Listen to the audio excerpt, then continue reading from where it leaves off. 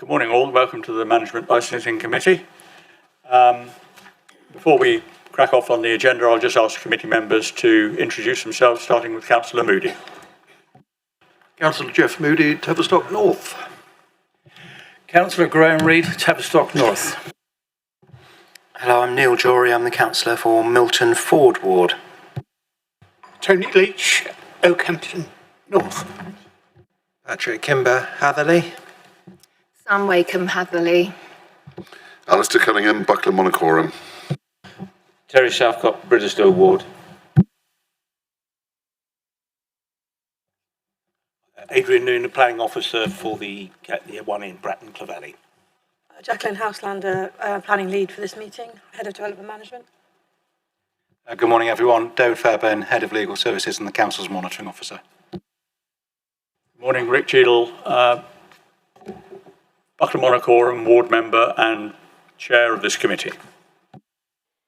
Steve Guthrie, Councillor for Drew Stainton Ward. Cathy Hall, Democratic Services Officer and Clerk to this committee. Councillor Sellis. Thank you very much, Chairman. It was impossible to hear some of the people there. Could people please use the microphones correctly?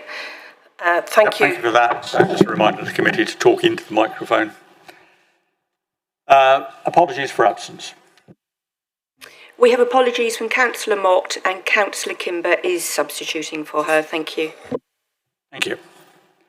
Item 3 is declarations of interest. In accordance with the Code of Conduct, members are invited to declare any disclosable pecuniary interests, other registrable interests and non-registrable interests, including the nature and extent of such interests they may have in any items to be considered at this meeting. Are there any declarations of interest? No, thank you. I'll move on. Items requiring urgent attention. None have been brought to my notice. Confirmation of minutes, item 5. Minutes held on the 11th of November 2025. Can I take those as a true record of our meeting? Those show, please. Thank you. Taken. We now have a short statement from the legal advisor. Members of the public, the decisions today in respect of planning applications will be taken having regard to the development plan and all material considerations. The development plan is the joint local plan and any made neighbourhood development plan that exists. Material considerations relate to the use and development of land in the public interest. And I say decisions will be made in accordance with the development plan unless material considerations suggest otherwise, and anything that isn't a material consideration will not be considered. Thank you. Thank you very much for that. We now move on to the planning applications this morning, and the first one is 243525 OPA, land at Bratton Clovelly. We have 4 registered speakers, but before then we turn to the officer for the officer's report.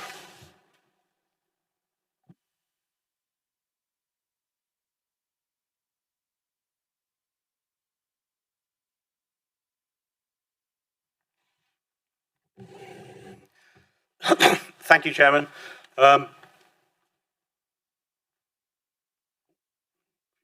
Slides in advance of my presentation there. This is an application for outline planning permission on land adjacent to the parish hall at Bratton Clovelly. The outline application it relates to a single field with road running along the northern edge, parish hall immediately to the east of the site, with the recreation area to the rear of the parish hall. Just zooming in a little bit closer. You can see there the field next to the parish hall. There's a recreation area with sort of sports pitch and whatnot to the rear of the parish hall. The nearest third-party dwelling is a bungalow opposite the parish hall. You can see, hopefully if my cursor is visible on the screen, you can see the church over there to the sort of southeast of the site.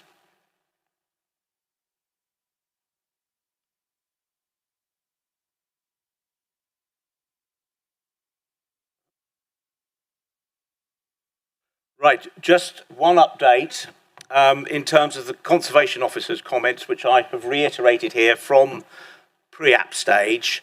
The previous application, one of the issues was the sort of protecting the views towards the church, although they're not designated views. It is a sort of matter for the setting of that particular heritage asset. He notes that they are screened by trees. Those could be lost, but I think they are protected by virtue of being in the conservation area. But that is obviously all outside of the application site. However, his view is that a good, well-planned development would not give rise to anything other than the very low end of less than substantial harm. So he is content at this stage that, subject to getting the appropriate design and layout at the reserve matter stage, he doesn't see that this would have any harm on the setting of those listed buildings. He is highlighted in the little map in the bottom corner there the opportunity that he would like explored to reinstate a historic but long since lost footpath that leads you round towards the church. That is in the applicant's ownership up to probably just where the listed buildings are, sort of over about round about here. The applicant is willing to explore that, but as it involves land outside of the current application site, and crucially at the far eastern end would require third-party ownership. It is a matter that would need to be resolved, in the future via other means. Just to apologies for admitting it from my report, but the Conservation Officer's sort of views of this site are it is developable and subject to getting the right layout and design to ensure local distinctiveness at reserve matter stage. He raises no objection.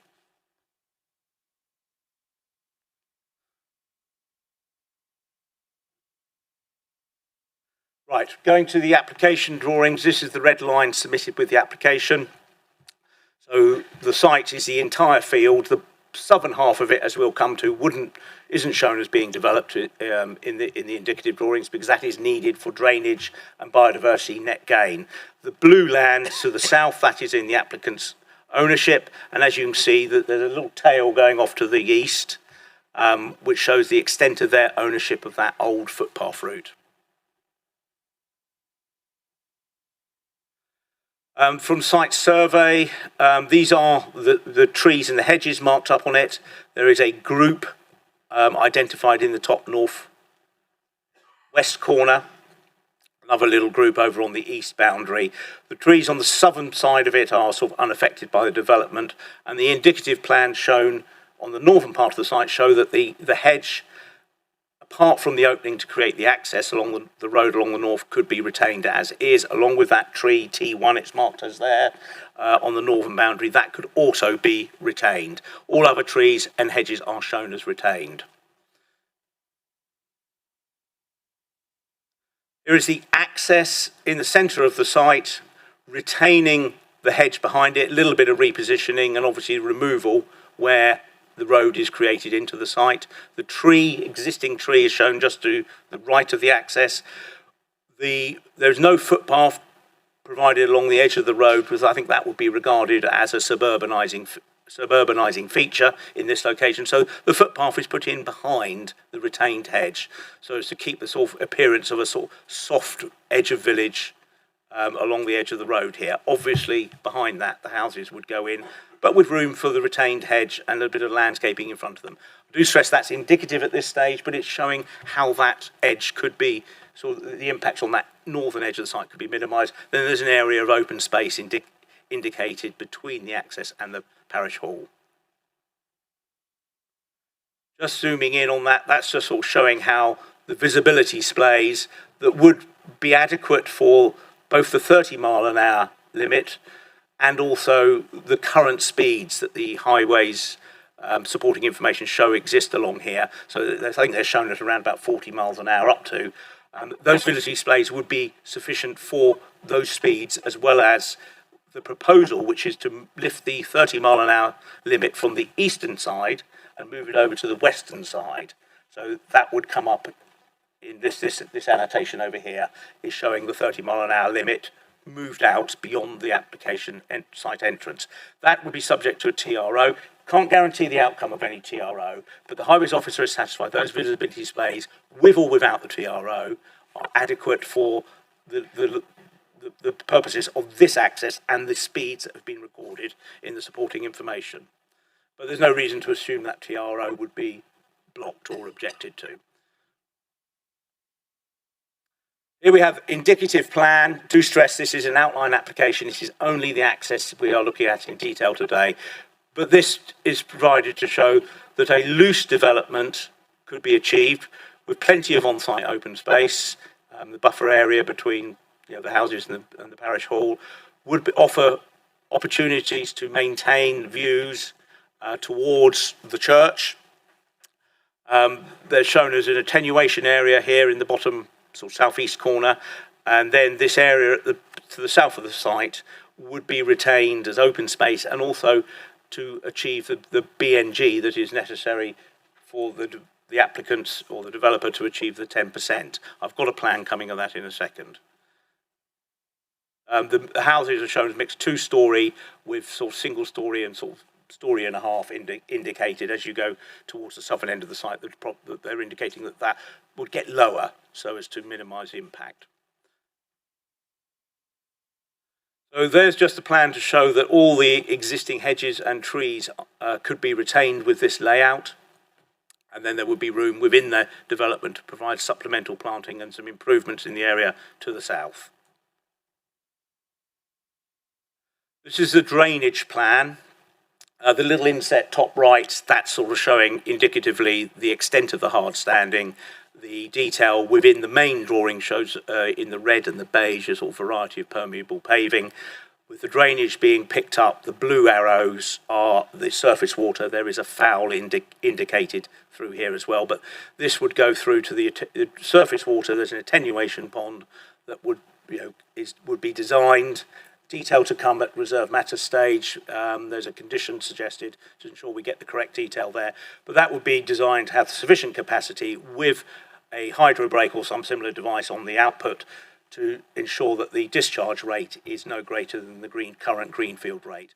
That is then picked up and taken south, and then this little insert on the left-hand side, I've got a better drawing of that coming.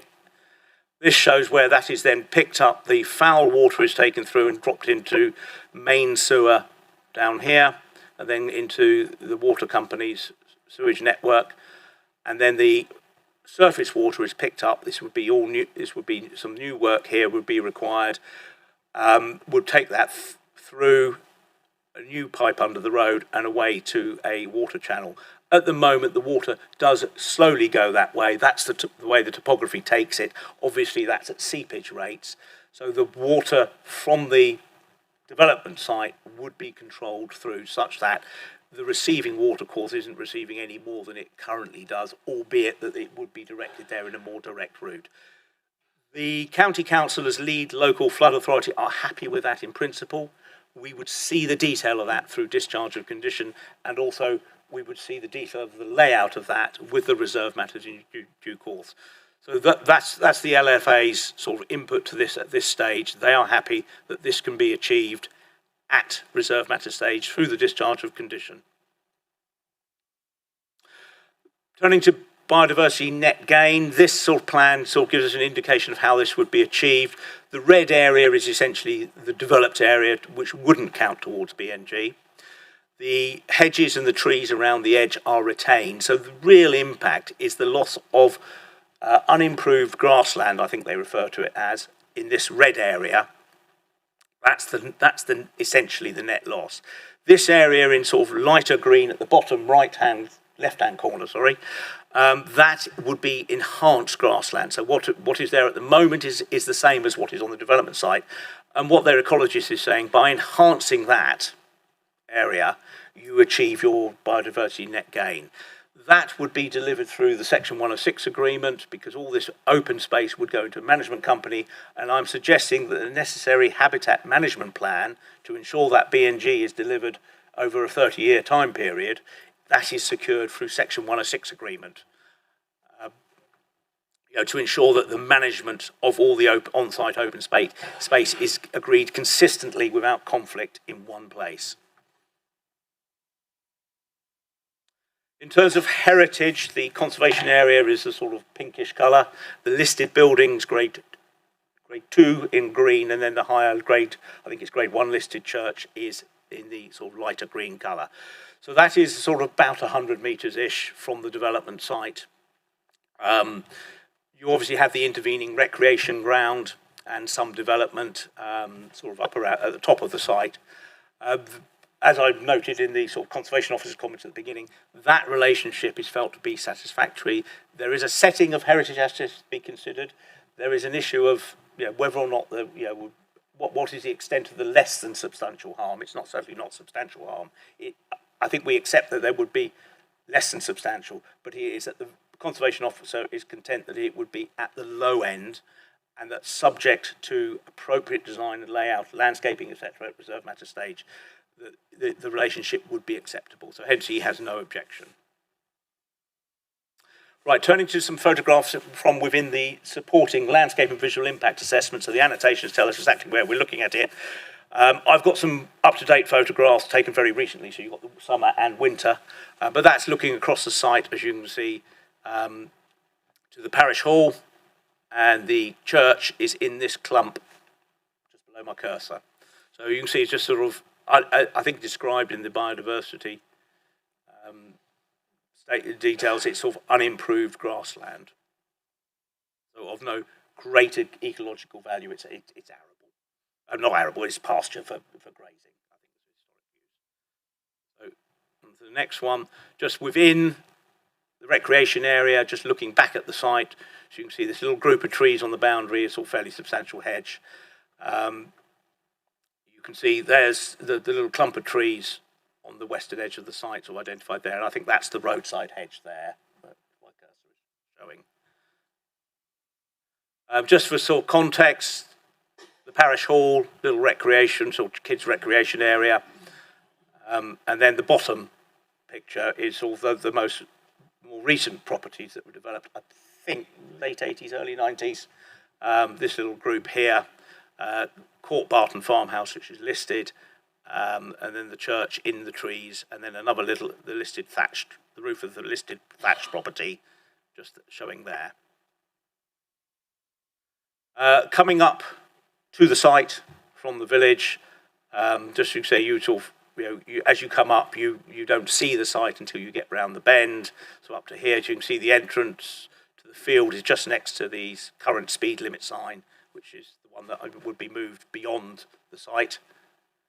And then just getting a little bit closer, so this is sort of where you would first see the site. You would see, obviously, some houses, some probably gable ends if we go with the indicative layout, across an area of open space as you get to this point.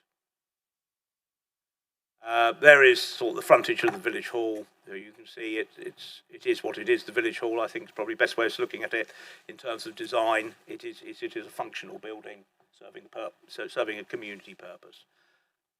And one of the issues I've flagged to the developer is that you need to provide space between the new houses and the village hall, because there's potential for a bit of noise conflict, depending on the nature of events that are held in the parish hall, and the indicative layout shows how that could be achieved. Then, from looking back from the other end of the site frontage, so you can see the sort of the hedge. I think it's been at this time of year. It has a different appearance, as it is obviously in the summer. So I think there's a date down there. This was done a while ago, which is why I've got a few more up-to-date photographs just to show you the change between seasons. The entrance would be sort of roughly under the arrow, identifying the parish hall. And then we sort of come up to date, sort of similar position of previous photographs. The hedge is much more cut back, died back in winter months. You have the existing field entrance. That would become a pedestrian entrance into the site. And then obviously the speed limit sign goes up to the far end of the site. Then this is just a little arrow there just to show you where this is sort of taken, but this is inside the site, looking along that inside of that roadside hedge. And then looking back across the site to the parish hall, as you can see, you've got essentially a sort of earth bank, vegetated earth bank, roadside, a bit more of a hedge field side. The level's a little bit lower in the field than it is on the road. Then looking straight across the site from that the parish hall corner of the frontage. You can see essentially it's a level site. There's a little bit of a drop from roadside to the southern end. Then just looking across to the church, so you can sort of see the church tower is visible at this time, more visible at this time of year, although still very much through a group of trees. And then looking down, that's the western side of the site, and then you can sort of see longer views from here. And then from the middle of the west side of the site, looking back across the site. So again, as you move around, we're not in a public position here, but obviously, depending on where you stand, the village, the tower of the church pops out from behind the trees. And then looking from the bottom of the site back up, you can just about see, just through here, there's the bungalow opposite. And then across the bottom end of the site, this hedge just on the right-hand side here is pretty gappy along here. I think this will be an opportunity with landscaping to patch that up. But obviously you can see at this time of year, unsurprisingly, taken the 8th of January, there's a bit of standing water. This is outside, this is at the bottom end of the site, where the biodiversity net gain works would be carried out. And there's that sort of view down the historic link back through to the village centre. That is something that's on the table. The applicant's willing to talk about reopening that if the opportunity arises. And then looking up just along that hedge back to the parish hall, coming just sort of again from the landscape and visual impact assessment, here are some longer views. Hopefully you can see where they're taken from in the little insert up on the top right there, but you can see the site marked in red. At this range, it's very hard to pick up the detail, and I think it sort of underlies the fact that this would not be particularly noticeable in longer views. I've got the sites marked in yellow, where I'm just going to show you the other photographs of sort of swinging round the site. So from the next one, so from the west, intervening topography and vegetation, cover, trees and whatnot, the site is really not prominent in these views from the west. They're looking from the south, so sort of approaching the village from the south. Depending on where you go, the site is glimpsed. The development would be set back from the break of hill. So at best you would see, or at worst, depending on your point of view, you would see the roofs of these houses because they are to the road at the front, at the northern end of the site, rather than coming back, which is the previous refuse scheme. Development, I think, a bit too far into the site, and we would have seen more of the houses from these southern views. Further away, quite a distance here. This is sort of, I think it's saying distance 2.9 kilometres from the site. So again, you can see a bit more of the village and sort of bits and bobs here in the foreground, but the site is very much on the horizon at this point and is set back from the breaker slope. So from in this view, I think you'd be hard put to pick out this development. And certainly to the point of being able to say it's a harmful addition to the landscape, I think would be very difficult. And then probably where you're most likely to see the site from is from the east here. So you can clearly see the church, you can see existing houses here. And I think from here there is the potential you would see some evidence of the development of the site. Whether the landscape officer is content that that would not be a harmful addition to the landscape. So, to turn to the key issues. In terms of the principle of development, we have the spatial policies of the local plan, particularly SPT 1 and 2, which seek to direct development to the most sustainable locations in accordance with other policies of the local plan. Bratton Clovelly is identified as one of our sustainable villages, where around, I think is the word, around 20 dwellings are expected under TTV 25 over the plan period. We have not delivered into that number yet. This would still keep us below 20. So I think the level of development in this location is entirely commensurate with policies of the local plan.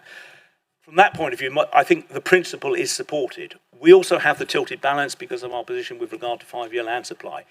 But I think that tilted balance is pushing in favour of something that is already viewed as compliant in principle with our local plan. So it's certainly a material consideration, but it's not the telling consideration. In terms of highways, County Highways Officer accepts that the proposed access would be adequate to serve the development and would not give rise, and the development as a whole would not give rise to such traffic impacts that there would be an adverse impact on highway safety in the locality. The TRO would have the benefit of moving the 30-mile-an-hour limit to the west side of the site. With or without the success of that TRO, the Highways Officer is of the view that the application is not objectionable.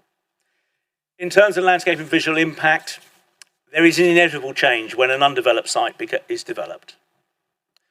But that is a consequence of the local plan requirements to provide housing in the appropriate locations. So on its own right, that is not I don't think it's something that we can sort of hold against this proposal. The landscape officer is content that this site can be developed without detriment to the landscape impact, and that suitable landscaping can be achieved at reserve matter stage. It's a pretty level site. The site is not unduly prominent from any particular viewpoint. There are no immediate neighbours that would benefit from screening from this. The adjoining use at the parish hall is not an incompatible use with the development. So there's no fundamental need to screen this to make it invisible. It is just simply, do we need how best to ensure that the development is absorbed into this edge of village location, and subject to the landscaping, which will come as a reserve matter, but we can see indicatively how it could be done at this stage. There is no objection on those grounds. Setting of heritage assets formed a reason for refusal last time, but as the conservation officer notes, we have some screening from protected trees.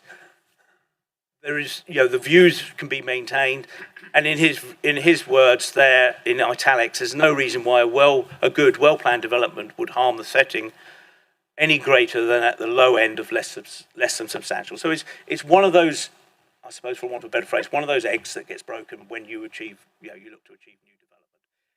The harm of this is not sufficient to outweigh the benefits of the proposal.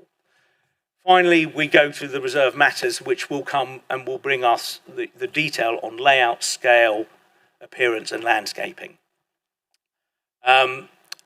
Policy SPT 11, I've quoted from there, because of the importance of the heritage, the issues here. But there is no reason why we cannot achieve a proactive, solution-orientated approach for the conservation, where appropriate, enhancement of historic environment, ensuring that it is promoted as a key element of local character and distinctive forming strategic context of the regeneration and development. So essentially that, going back to the conservation point, SPT 11, the requirements of that, I think can be addressed at the reserve matter stage. In terms of the benefits of the site, we are looking to deliver housing towards a need identified in the local plan. Without the application of the tilted balance, I don't think there are any such harms here that would prevent this application being supported under the terms of the local plan. With the weight of the tilted balance, I think the case becomes even stronger for this development. So my recommendation is to approve the application subject to the Section 106 agreement. I just wanted to add one bullet point to that, the Section 106 requirements, namely that our normal monitoring fees would be included in the Section 106 agreement to ensure that there is provision for the monitoring of the agreement, and then also subject to I think it's 13 conditions. The application be approved. Thank you. Thank you very much for that very comprehensive report, and for breaking the West Devon record for the number of pictures of a field. Right, before we get to the registered speakers, questions by members of the committee for the planning officer. Councillor Kimber. Thank you. Do you mind if I ask a couple of questions? Is it all right if I ask a couple of questions?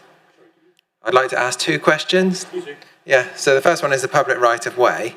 So I think it would be good to get this agreed for the land within the ownership of the applicant, even if it's not possible to complete the whole route for now. So does this get resolved when the full planning application comes forward? That's the first question.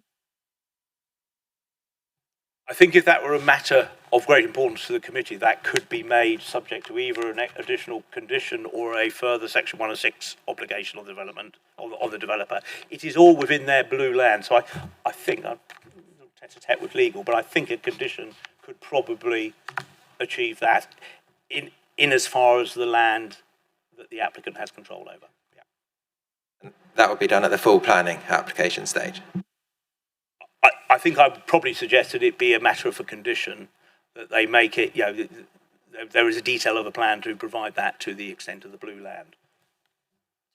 That would form part of this outline planning permission if it were to be approved. So it'd be done now rather than later. And my second question, so the parish council have asked, so I think some of these things are possible and some are not, that the properties will not be sold as second holiday homes. So I'd just like clarification on that, and also that there's no executive homes on the site, and also, this is page 10, that there be no further development on this site or surrounding land owned by the applicant. I don't think those things are possible, but I'd just like clarification on that, please. I think you're correct on that point. I think to restrict it to primary occupancy, as we do somewhere elsewhere in the JLP area, you need a specific neighbourhood plan policy to do that. We have no justification in terms of policy in the JLP to do that, so unfortunately not. Executive homes, I think, is a little nebulous. I don't think we could define what an executive home is and then reject one that we felt was executive at a later stage. And the third point was? No further development on the applicant's land? But yeah, it's always in the gift. It's always the right of the landowner to make further applications, and in the power of the local planning authority to refuse them if they are unacceptable. We just have to live with that. I don't think there's any justification to remove the right to make a future application on land that you own. Councillor Jury and Councillor Moody. Thank you, Chair. It seems to me that one of the key factors here, and thank you for your report, which was very clear and dealt with a lot of the issues, but it seems to me that one of the key factors here is the changes to the NPPF and the application of tilted balance. I was a little surprised, I must admit, by your comment that you felt that tilted balance is already pushing in favour, if I'm not misquoting you, because the application could already be viewed as compliant. And I'd just like to tease out a couple of things, if I may. You mentioned TTV 25, which talks about sustainable villages. And it mentions that development will still be supported that meets the identified needs of local communities and that responds positively to the indicative housing figures. Is there any evidence that this does meet the need of a local sustainable community in the aspects that you've considered? And I was also perhaps a little surprised that no mention has been made in the report anywhere of TTV 27, which I would have thought dealt admirably with a settlement of this type on the edge of a development, but which of course would lead to a higher proportion of sustainable and affordable housing within the housing mix. So I wonder whether you could just elaborate on those two policy points for me. So I suppose starting at the top of the policy hierarchy, the NPPF, my view is that even if we had a 5-year housing land supply, my recommendation would still be approval. I think this is compliant with the local plan without such harms that under the provisions of the local plan it should be recommended for refusal. There are inevitably some harms. The setting of heritage assets changes, the field changes from undeveloped to developed. I think those harms are at such a low end that we wouldn't be justified in recommending refusal under the provisions of the local plan. When you apply the tilted balance, those harms are even more overwhelmed by the benefits of the development.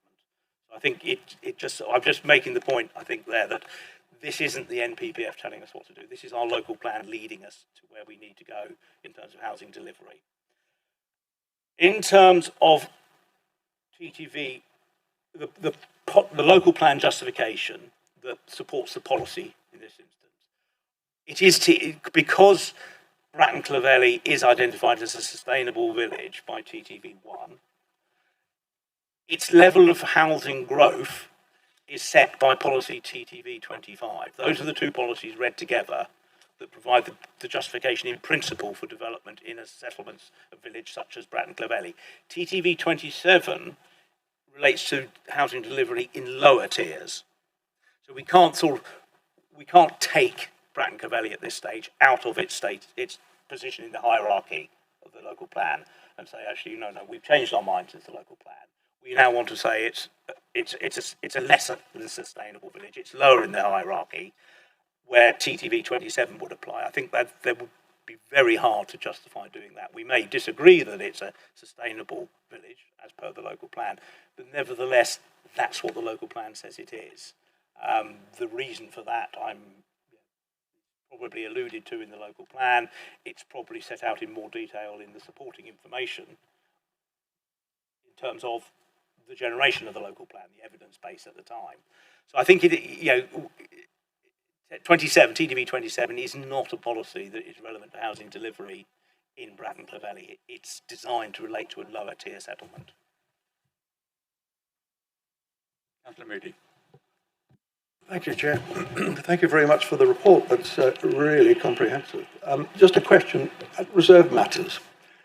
Are we able to influence the green matters in the development, as in rainwater harvesting, permeable surfacing? Is what happens a lot with developments is the driveways are tarmacked over, back gardens are covered. Is it possible to include that aspect in the reserve matters? I think, and I would need to just pull up the condition that I'm recommending with regard to drainage, but I'm suggesting that drainage information is submitted as part of the reserve matters. I think that's how I've drafted the drainage condition. To meet their high-level drainage strategy requirements, this sort of permeable pavings almost inevitably has to be included to keep the discharge rates at something that the county council will support when they agree the detail. I'm probably just not got it in between me and you. I'm sorry. Apologies. So yes, we will certainly have that. I'm just looking for the condition there. I'm sure we will have that detail. We can change the condition if I have misdrafted it, but the intent was that the drainage details sit within the reserve matters so we can see what the consequences of that are for the appearance. The normal wording of the condition is that it is implemented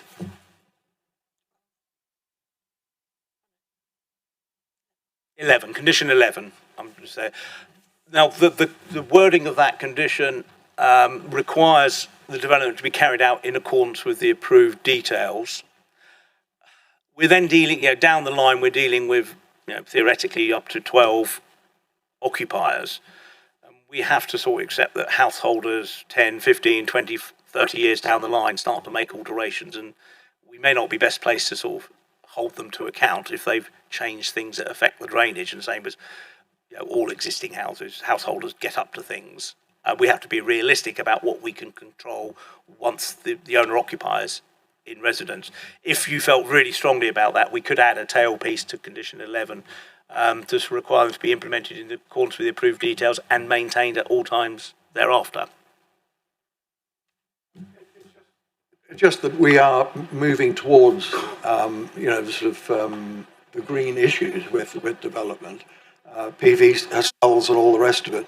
My hearing aids aren't working now, but I just thought whether we can actually specify, because I think I know that we probably can't to that point yet with planning policy, but I just think it would be great if we could start moving towards more green issues in developments.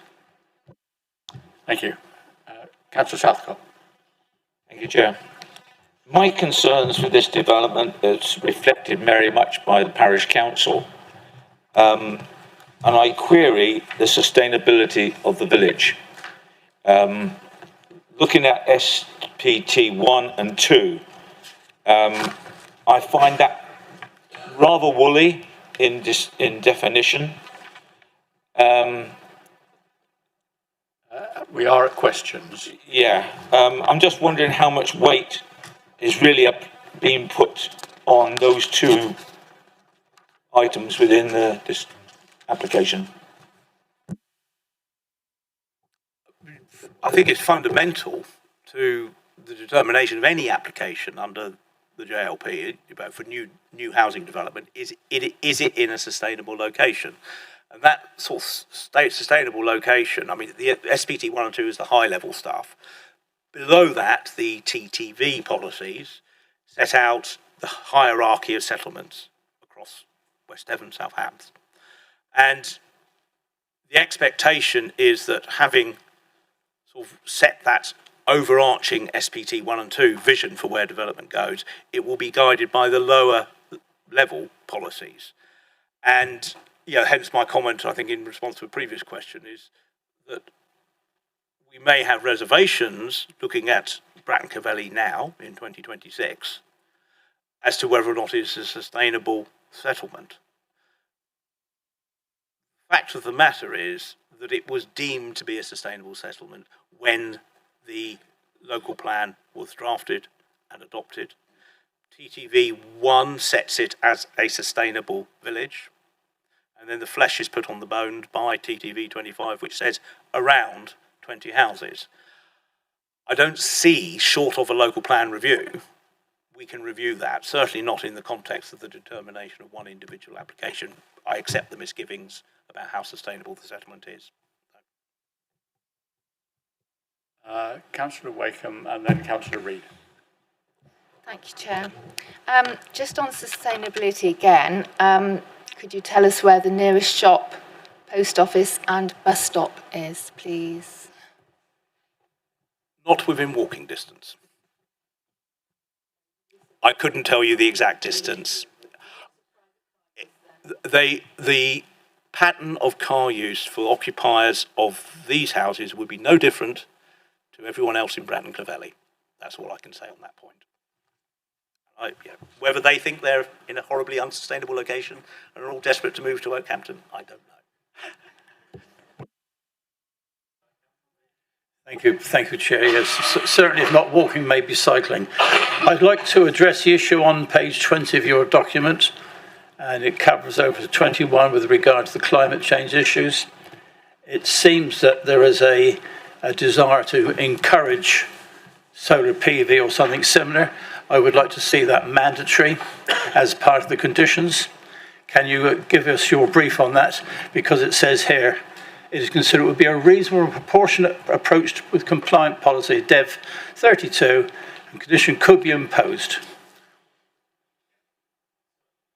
I believe, similar with the drainage condition, I have drafted a condition that requires the details to ensure the carbon reduction measures come forward, integral to the reserve matters, because we want to see the design of the houses to incorporate all this. We don't want to be adding this sort of thing on as a discharging condition after we've approved the design of the houses. So integral to the reserve matters is my recommendation. So as I understand, this also is an outline application.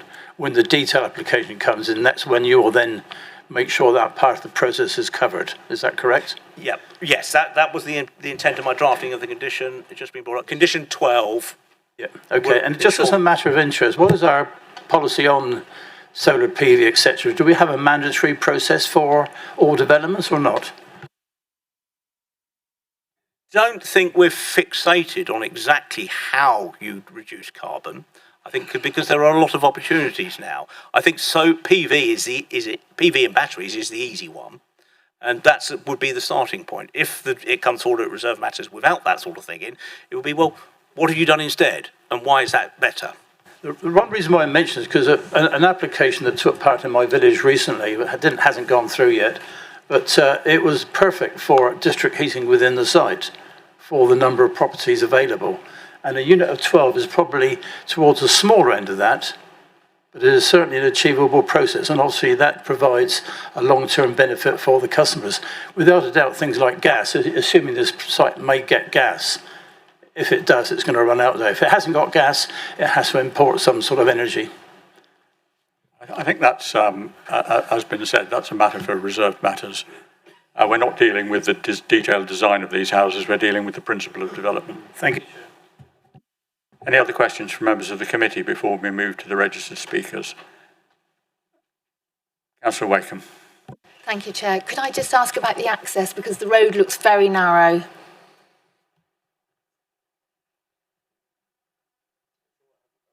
One of my photographs. So there's the view looking west. It's not a sort of full 5 metre county standard width of road. It works for the existing arrangements, obviously.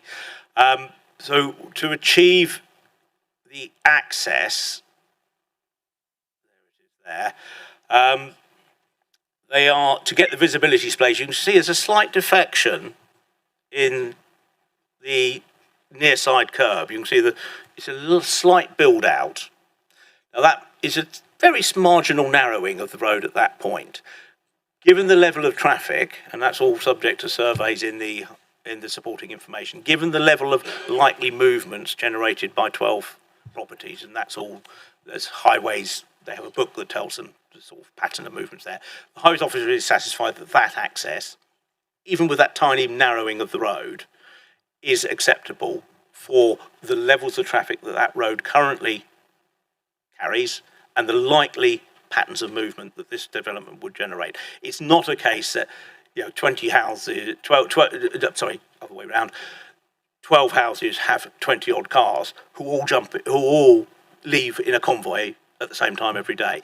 The movements are staggered throughout the day. And it's just that, the judgment of the Highways Officer is that this road network would accommodate that. The slight narrowing is, I think, necessary, is a trade-off. If you didn't do that slight narrowing for the build-out to get the access and the visibility, you'd have to pull out more of the hedges.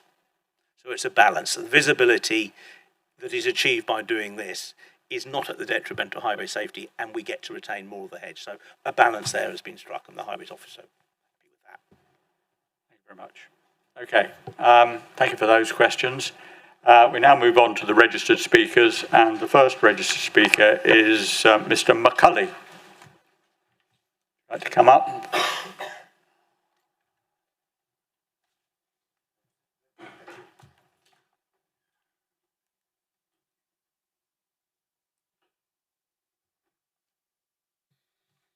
Good morning. I've been asked to speak on behalf of... Hang on a minute. Sorry. I'm just going to remind you that you have 3 minutes from when you start, and I'll give you a signal when your 3 minutes is up.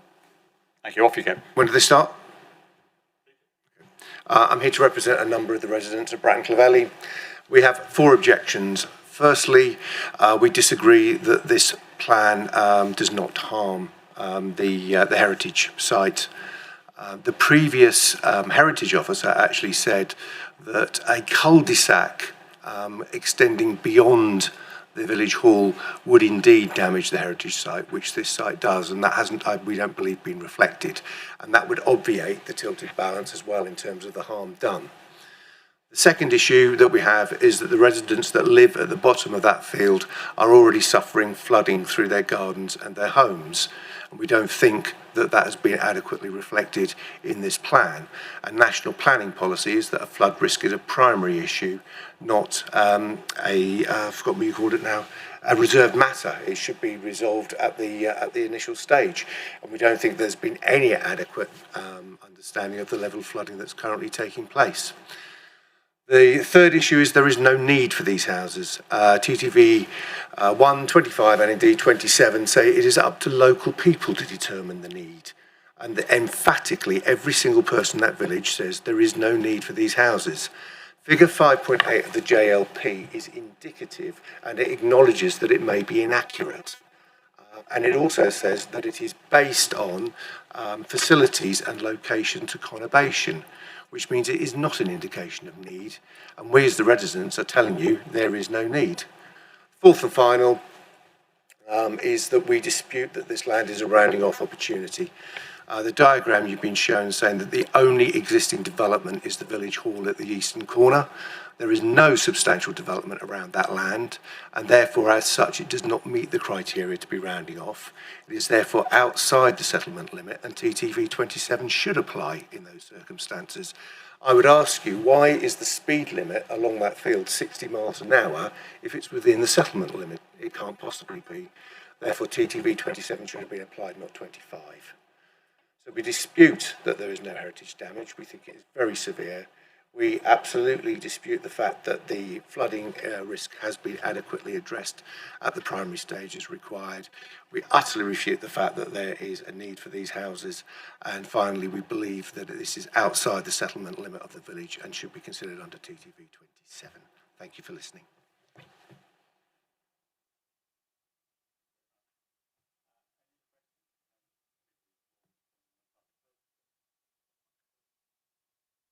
Any questions from members of the committee for Mr. McCulley?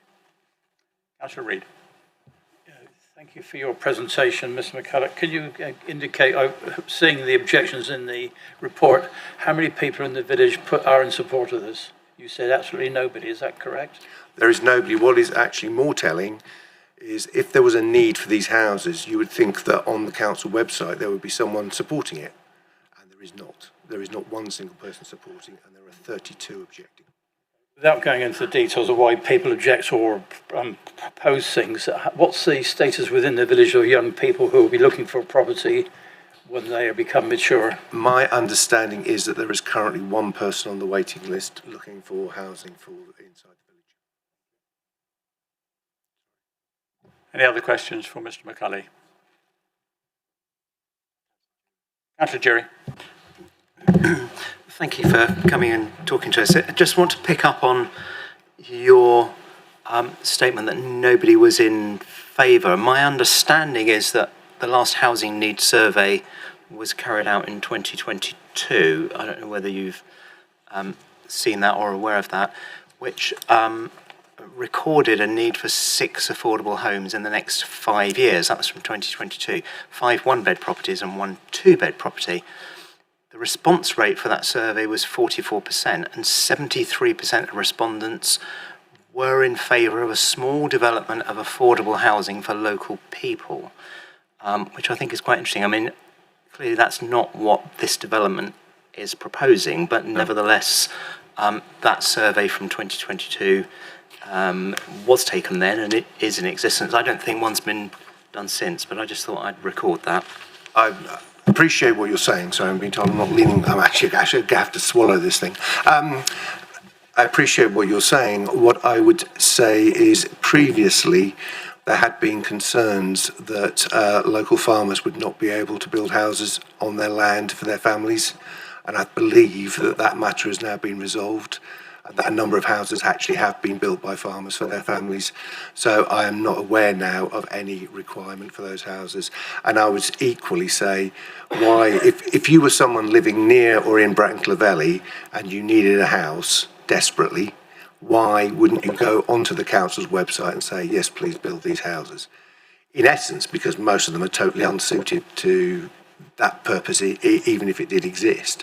But I think those guys have found other ways to sort themselves out.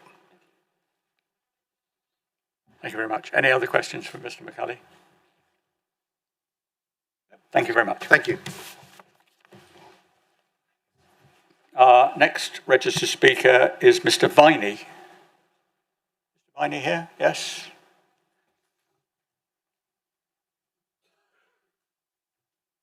Welcome, Mr. Viney. You two have 3 minutes to make your points to the committee, and then the committee have an opportunity to ask you questions.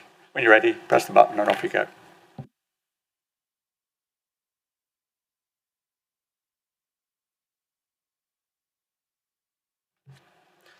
Chair, members of the committee, thank you for the opportunity to speak.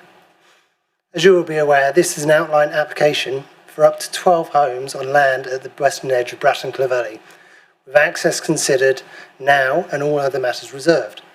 The decision before you is whether the principle of development is acceptable, having regard to the development plan and other material considerations.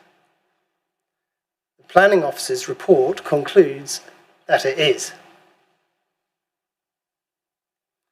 Bratton Clovelly is identified as a sustainable village where an appropriate level of new housing is supported to help meet local needs and maintain the vitality of the settlement. The site sits directly adjacent to the village, next to the parish hall and recreation ground, and is well related to the existing built form. The scale of development is modest. Following earlier refusals, the scheme has been significantly reduced and carefully reworked through an extensive pre-application process. The proposal reflects detailed discussions with the planning officer and specialist consultees and represents a balanced response to the issues previously raised. At up to 12 dwellings, this is a measured extension rather than a step change. Existing hedgerows and trees are retained, open space is provided at the frontage, and views towards St Mary's Church are maintained. Officers are satisfied that there would be no unacceptable harm to landscape character or heritage assets. The scheme would deliver 30% affordable housing, secured through a legal agreement. That is a clear public benefit, particularly in a rural village where opportunities for affordable homes are limited. All key technical matters have been assessed. Highways raise no objection, and flood risk, drainage, ecology, biodiversity, and residential amenity can all be appropriately managed through conditions at the reserve matter stage. In simple terms, this is a plan-led proposal, recommended for approval by the officer. It provides new homes, including affordable homes, in a sustainable location, while retaining control through conditions and future reserve matters. For these reasons, and the lack of any material reasons for refusal, I respectfully ask members to support the officer's recommendation and grant outline planning permission. Thank you.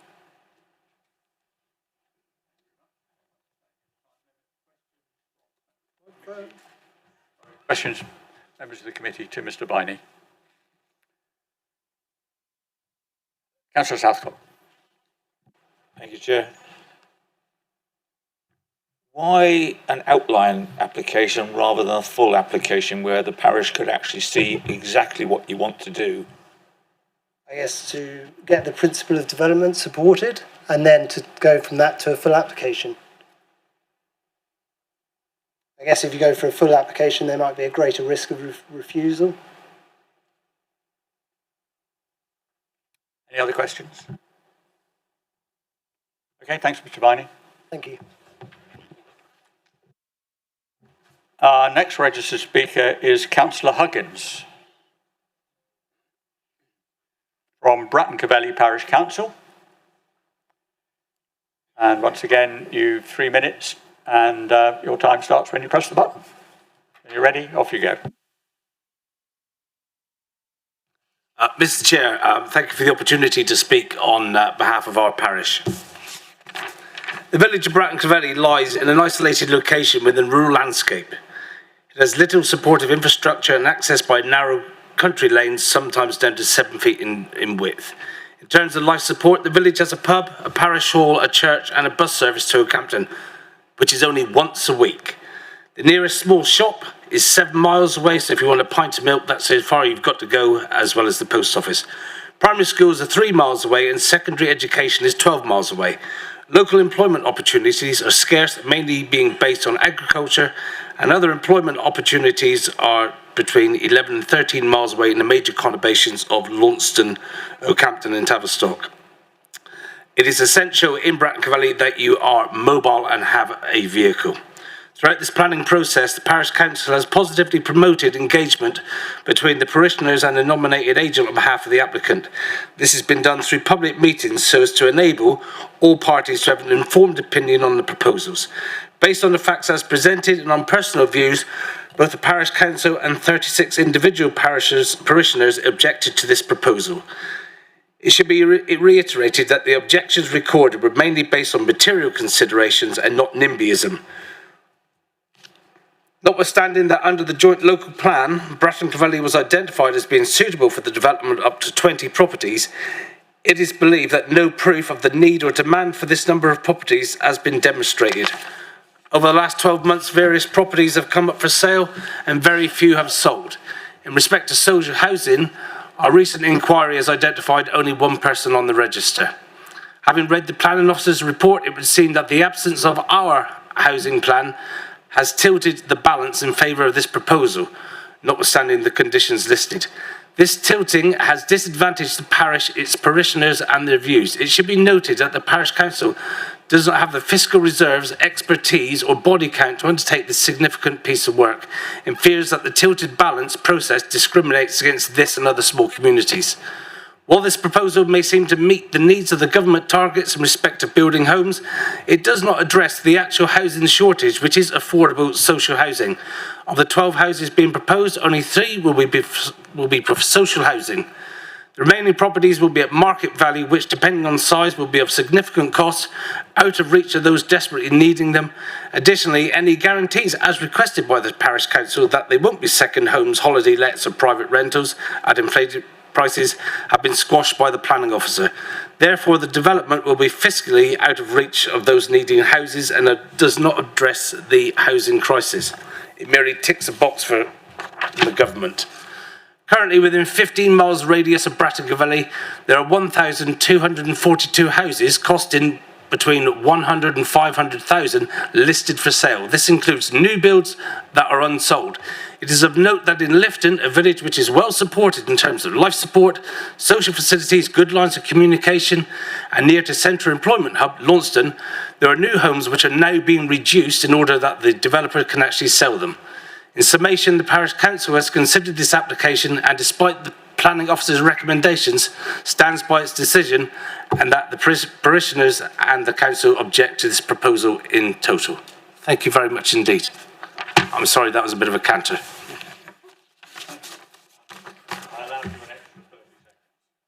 That's what my wife gave me last night. Thank you for that. Members of the committee, questions for Mr. Huggins? Councillor Reid. Councillor Huggins, thank you for a very detailed response to the application. You say there's no school or pub in the, no shop or pub in the village? That is correct. Our nearest shop is 7 miles away. The nearest post office is 7 miles away because the nearest one that was 3.5 miles away, which was at Lewdown, is now closed, which increases traffic journeys. Hearing your presentation, I feel that it sounds like you're talking about a village that's in danger of dying. How would you respond to that thought? Personally, I don't think the village is at risk of dying. Those that actually live there through a choice and can afford to actually live there. Any development that's coming on with a 9 market value will be outside of, let's say, the social housing need, and will then bring people in that choose to live in the countryside in a remote location. Living there is a choice for individuals. Would the presentation or the existence of a slightly enlarged village not help make the village more sustainable and perhaps provide the opportunity for a reopening of things like a shop? I mean, this is very important in terms of people cutting down their road miles to do the basic dailies. I'm very confused by the fact I don't understand what a sustainable village is. I accept that maybe another 24 people coming to the village may well justify the creation of a village shop, but who's going to use that at inflated prices? But it doesn't change the fact that we're isolated. We have no public road infrastructure apart from country lanes, which are poorly maintained, no bus service, and there's a wider thing to actually living in Brattongavelly than just the community you're on about. Thank you very much. Thank you. Any other questions by members of the committee? Okay, thank you very much. Thank you, Mr. Chair. Our next registered speaker is Councillor Southcott. Thank you, Chair.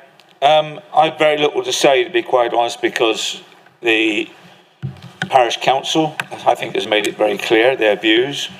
The local residents have made their views very clear.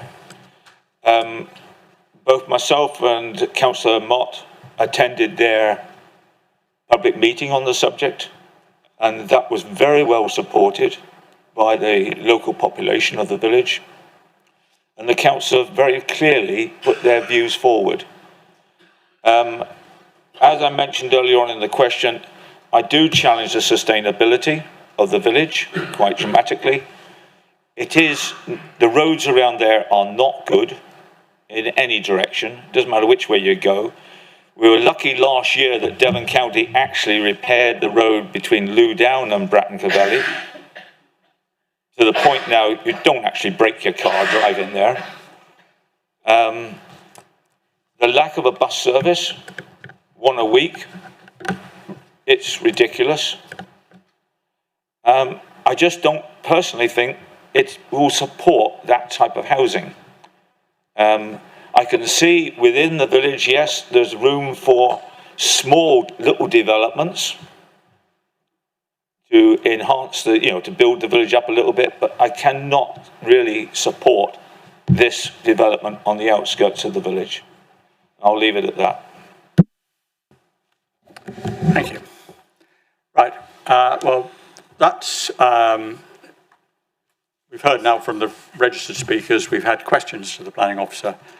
We're now moving towards a vote, but before we do, we're in debate. And before then, the legal officer would like a word. Chairman, can I just ask Councillor Southcott, in light of his final comment, will he be taking part in the debate? And has he got an open mind? Yes, I've still got an open mind. I find it very difficult, but yes, my mind is still open to this, and we'll wait to see what outcome of the debate is. Ms. Houslander. Yes, thank you, Chair. I just wanted to, I suppose, summarise some of the comments that members have heard from all of the speakers. Clearly, there's a lot of local opposition to the development, and I can understand that. However, members are asked to consider any application in accordance with the development plan. And whether you agree or don't agree that the village is sustainable, it is identified in the joint local plan that it is a sustainable settlement. And as such, the recommendation from the officer reflects that that local plan, that local plan policy. So I just want to remind members that that's how you should be considering it. The material considerations clearly are those of the parish and the local residents, and by all means that is a material consideration. But the starting point must be the development plan, which is where the recommendation, if you like, has come from. Thank you. Right, we're in debate. Any points of debate before we move to a vote? Councillor Jury. Thank you. I'd like to come back, if I may, to the issue of TTV 27 and point out that there is a very firm precedent, in my view, that TTV 27 could and should be considered in cases like this. If members might cast their mind back, we had an application that came to this committee for a site in Lamerton. The reference number is 1766/21/OPA. We argued against that. Lamerton is designated as a sustainable settlement. We argued against that application on the grounds of TTV 27. This committee voted unanimously against the proposal. It went to appeal, and the appeal was upheld. So I'm somewhat confused that we're not considering TTV 27 in this situation.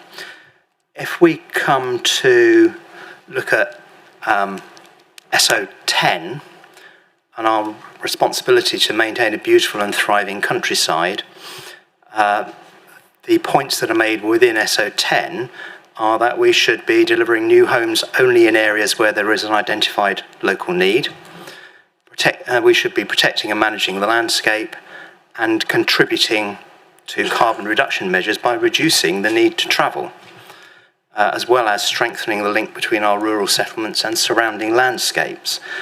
So I come back to housing needs assessment that was made in 2022, which seems to have identified 6 affordable homes as being a need. There's been a local comment that much of that seems to have been in relation to rural jobs and farming jobs where accommodation was needed on or near to site, and that some of that has now been dealt with and achieved, to the extent that there is now only one local applicant that's identified for housing need.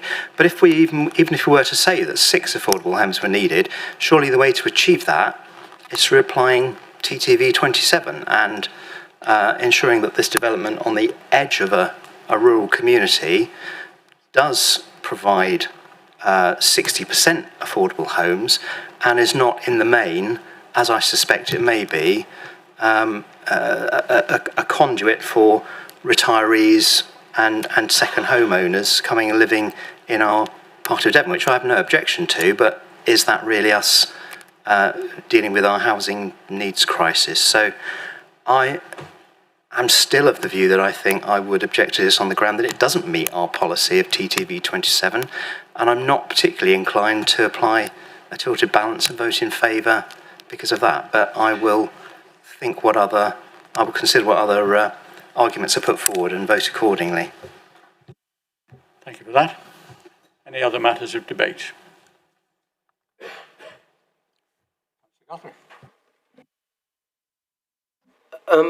Yeah, my main concern is similar to Councillor Jury's. I think that identifying local housing needs, just to make sure people are really considering this application on what it's going to bring to the village, notwithstanding everyone's opinions on sustainable villages, etc. But looking for the potential for reserve matters to ensure that housing type and need is adequately put in place, I think would be my main concern. Any other matters of debate?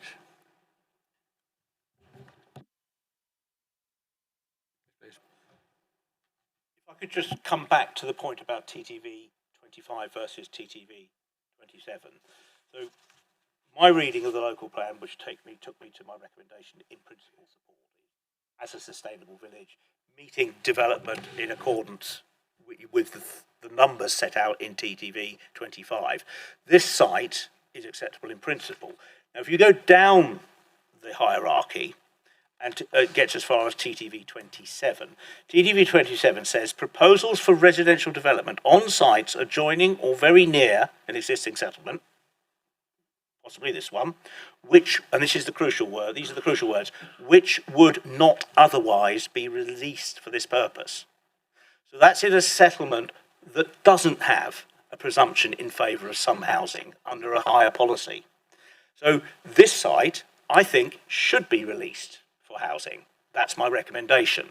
It's because this site is acceptable in principle, we don't get as far as TTV 27. So a scenario where TTV 27 might apply in Bratton Clovelly, setting aside 5-year land supply issues, let's say we've already delivered around 20 houses in Bratton Clovelly, so we've met the higher level policy requirements of TTV 25, but there's still a need for affordable housing and there's a suitable site. TTV 27 would give us the justification to release a further site in Bratton Clovelly beyond the housing numbers set in TTV 25. But because we're still in the threshold of TTV 25, this site, I think, meets the basic requirements of TTV 25 in terms of its spatial relationship with the rest of the village. When, as much as we like the notion of infill, I think there would be fundamental issues if we tried to meet the entire TTV 25 numbers by infilling and densifying the village. I think there's potentially quite a substantial change to the character of the settlement if we focus solely on delivering ones and twos, with which there would be no affordable housing, because it's below the threshold, dotted around in every available space in the village. So I think it's back to the eggs and omelettes argument. Is it better to do these developments on sites that are outside but well related? They're delivering us affordable housing because they're over the threshold.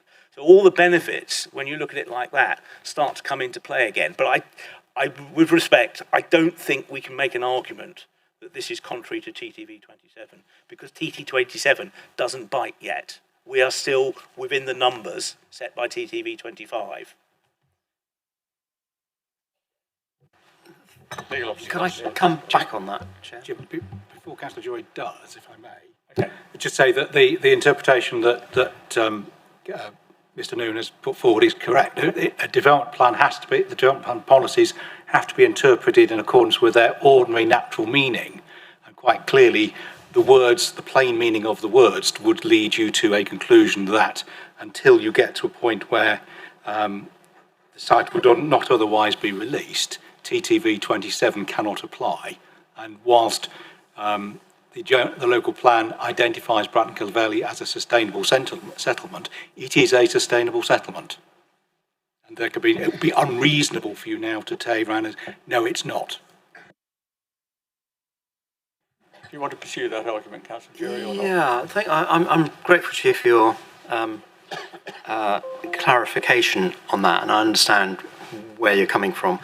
As I understand it, the sustainable settlements hierarchy aims to provide something like 550 homes across the housing area, and that is then sort of chunked down into 10 here and 20 there and 30 somewhere else. And I know there has been some anecdotal evidence that in some places they're getting more than that indicative amount, and that there's always an argument that it is just an indicative amount.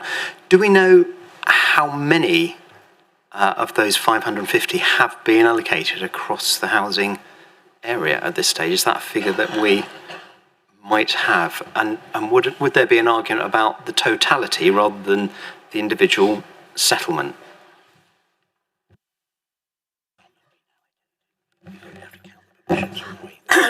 I think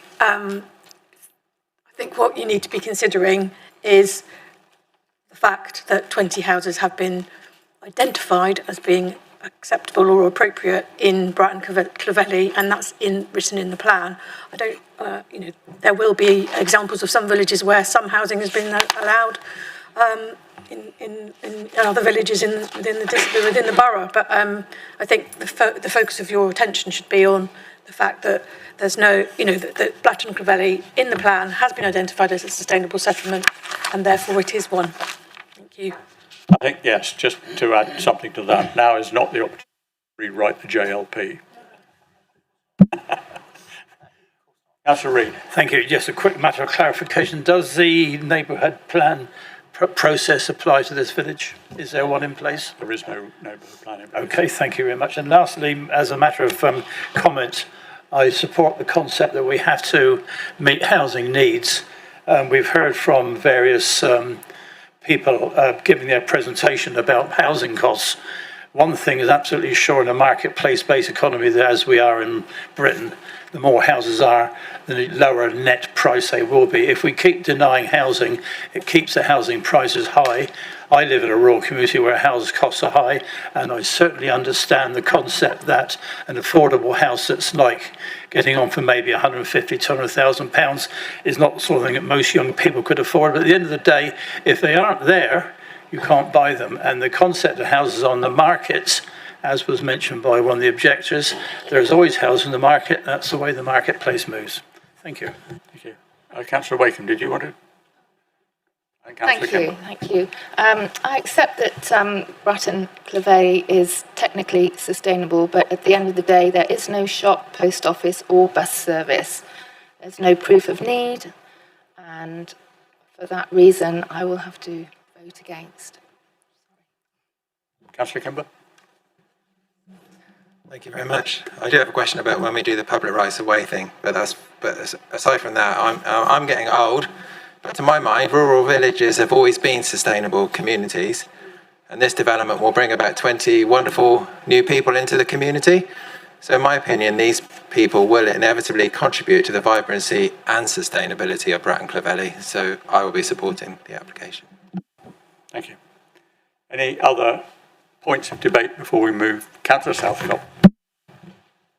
Listening to all that's been said and looking at policy, which I've read and discussed with officers,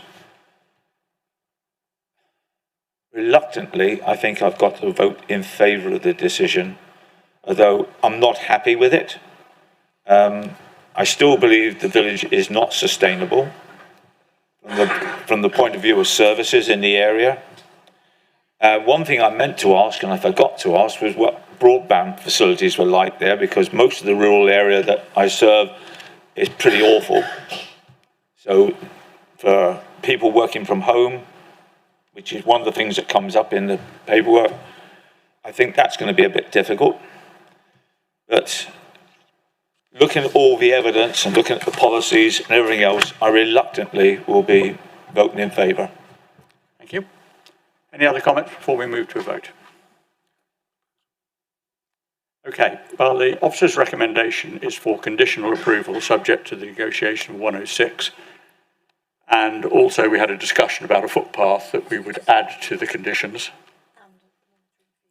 and the monitoring fee. So that's part of the recommendation going forward. Can I have a seconder for that, please? Right. So those in favour of the officer's recommendation, which is for conditional approval with those additional caveats, please show. Those against? 9. Thank you. 1 against. The application is approved. Outline Planning Commission. Thank you. Well, that was the easy one. We now move on to the next one, which is... Chair, is it a chance to have a quick break? Yes. 5 minutes. Thank you.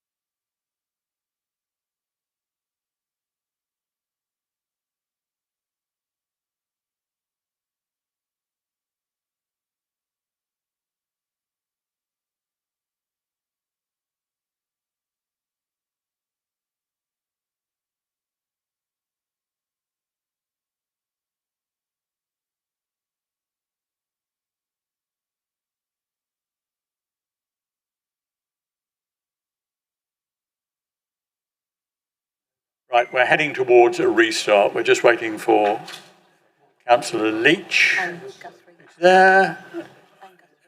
Councillor Kimber. I think we're now.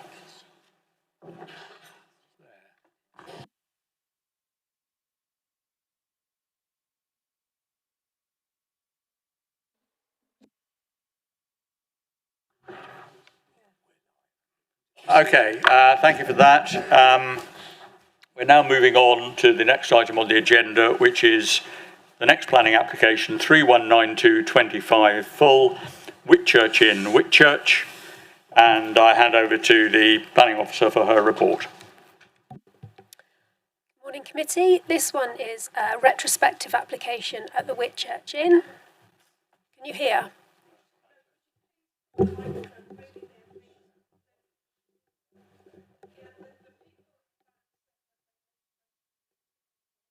Okay. Right. Okay, is that better? Okay, good. I'll just do the committee one-handed. We'll be fine. So this is obviously the site location plan. It shows you the Whitchurch Inn outlined in red with St Andrew's Church just to the north. You've obviously got the nursery to the south. And this is the aerial view here. So this is what it looked like before the works were completed. There was an open parking area, and it's also got a little bit of informal storage associated with the pub. And this is the diagram just to show you as constructed. The applicant has formalised the seating area and created some low retaining walls, and they're finished to match the pub. This just shows you the west elevation.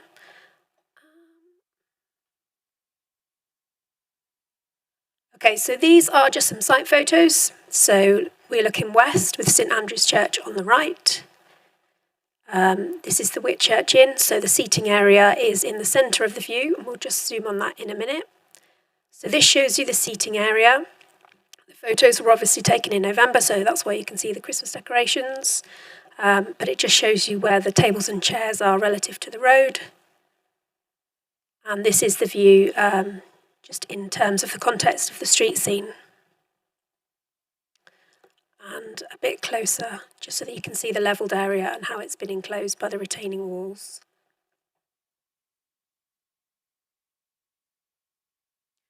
Okay, so the only substantive objection comes from the Devon County Council Highways Engineer, and it relates to the provision of parking. And so obviously the full text is given there, and I'm sure you've all read the report.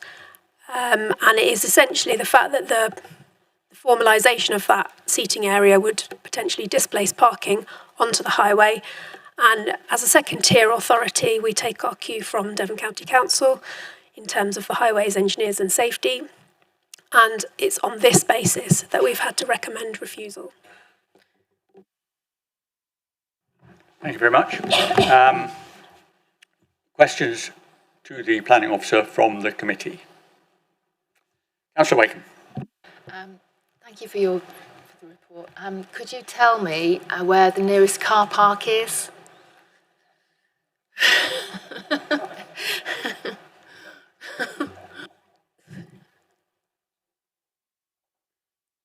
So there is some on-street parking beyond St Andrew's Church.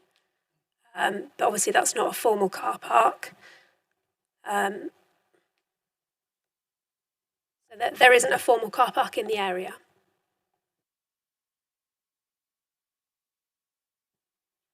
Any other questions? Councillor Moody. Thank you, Chair. Given that the terrace has been in continuous use as outdoor seating for best part of 20 years, can the officer identify any actual highway safety incidents or complaints during that period, except for the one minor within 5 years? Can you give me some background on that, please? So we have actually got the Devon County Council Highways Engineer with us today. So if you have some questions, we could ask her to answer those for you. Would that be okay? Can I also ask that you keep your hand away from your mouth when you're making your question? Yeah. Could I ask the highways officer to join us?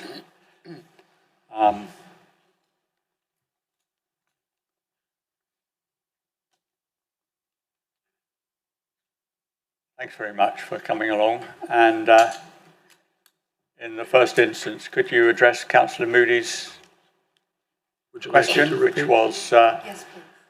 what sort of action? So my question was that given that the terrace has been in continuous use for as an outdoor seating area for almost up to 20 years, best part of 20 years, can you identify the evidence that there is actual highway safety incidents or complaints directly linked over that period? There's no evidence to show that this is a safety issue. My response to the application is it doesn't meet your joint local plan, which you point out in your SPD documents, saying that these kind of establishments need to have parking. And this is taking away the parking, which means it's going to be displaced on the public highway, which then in turn could cause a highway safety. Okay. Which policies do you refer to when you are making that decision? So firstly, we will look at the joint local plan to see what your parking policies state, and in the supplementary documents, and Dev 29 shows that there are requirements for parking for this kind of establishment. And we also look at the manual for streets, and we also look at our own design guides. But as this is not a new development, right, this is existing. As I say, it's been going for almost 20 years in its current format. Have you considered SPT 10? No, I haven't, but I would assume that the case officer's done that. But the thing is that DEV 29 and SPT 10 should be considered as a pair of documents. Is that correct, officer?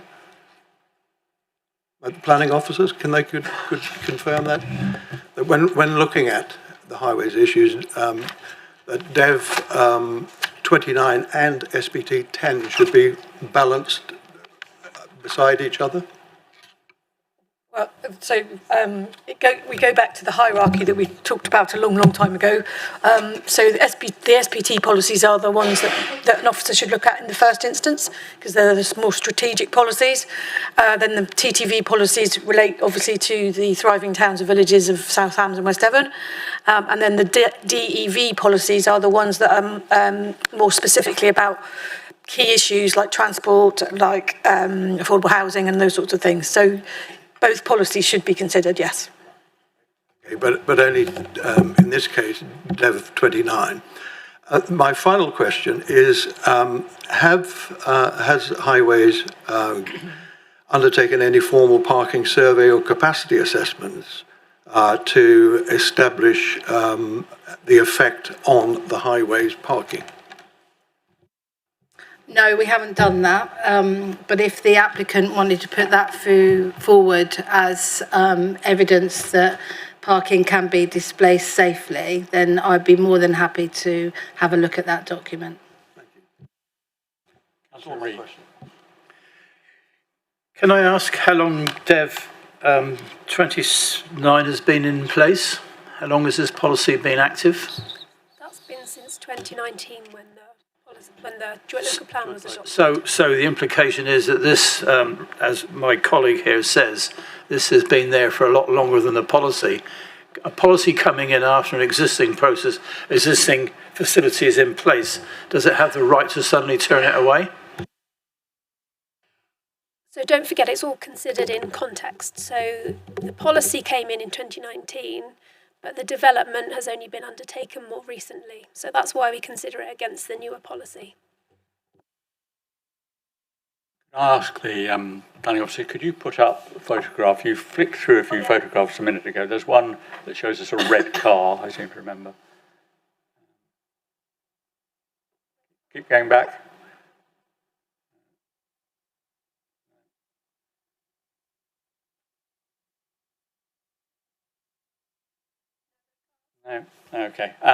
But the point I was going to, well, that photograph will probably do, is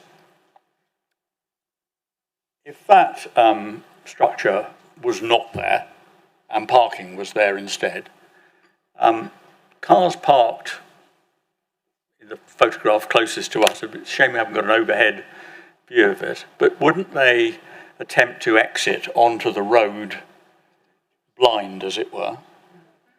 Can you show an overhead view?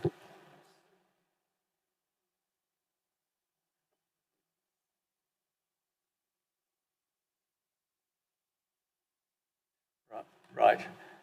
So the side of the pub on the right-hand side, and then the car park, which is not a car park now because it's been developed in that sense. But if a car was parked where that break in the wall is, next to the pub, basically, would that not exit onto the road, unable to see oncoming traffic?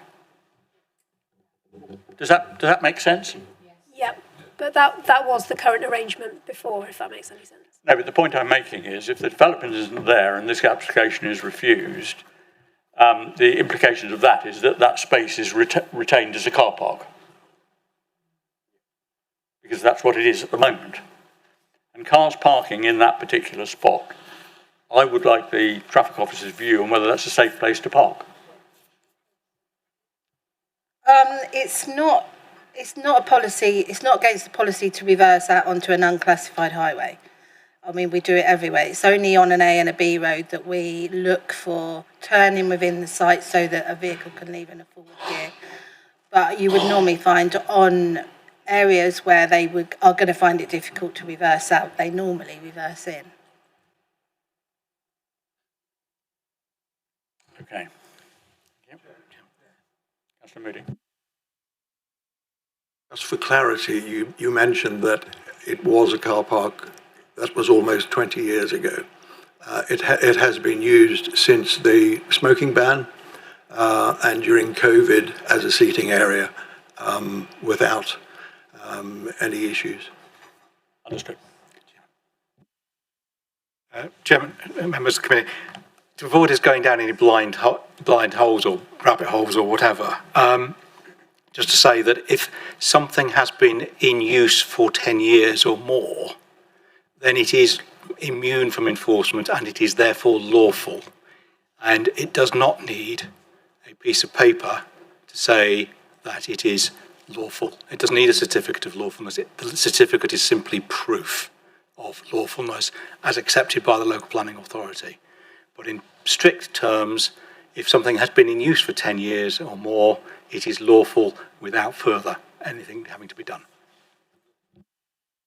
Can I just ask you to make one further step of clarification there? In this particular instance, this seating out area has been there for at least 10 years. So it is lawfully there.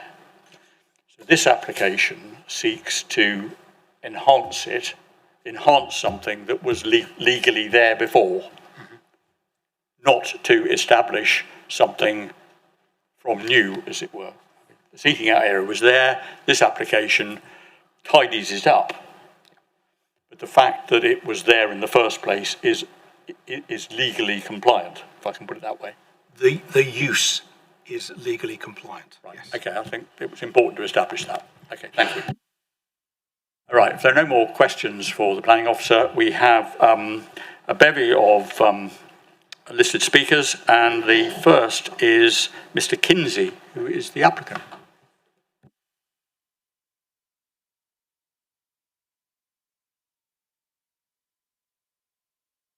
Welcome to the committee. You've got 3 minutes to say your piece, and I'll attempt to stop you when your 3 minutes are up. So when you're ready, press the button and off you go. Chair, councillors, thank you for allowing me to speak. First, please let me apologise. I had been told that the works did not need planning permission. I now understand that this was wrong.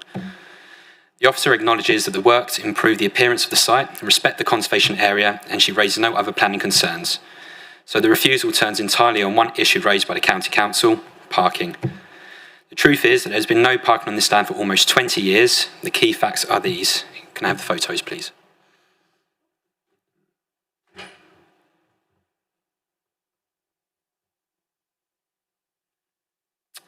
Photo 1. In the 1960s, it was a pub landlord's garden with a stone wall facing Church Hill. Photo 2. In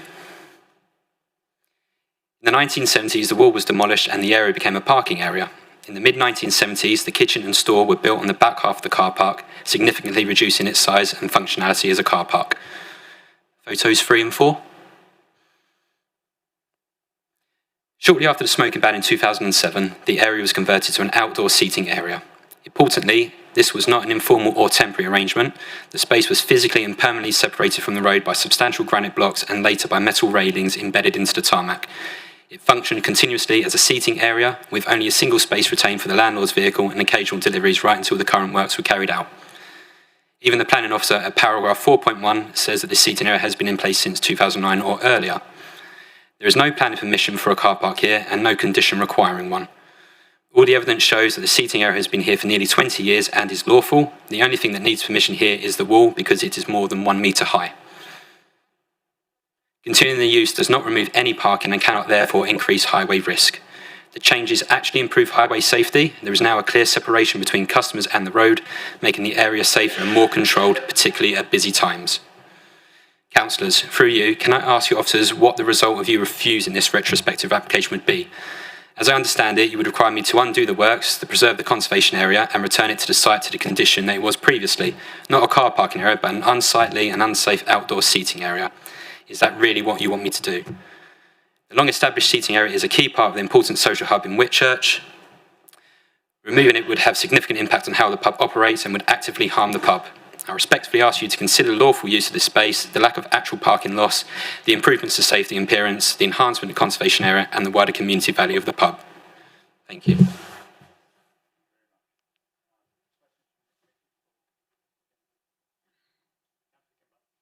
Councillor Kimber. Thank you. Thank you very much. Can you give me some idea of the people who live around you? How many people walk to the pub as opposed to drive to the pub? We have a wide range of clientele.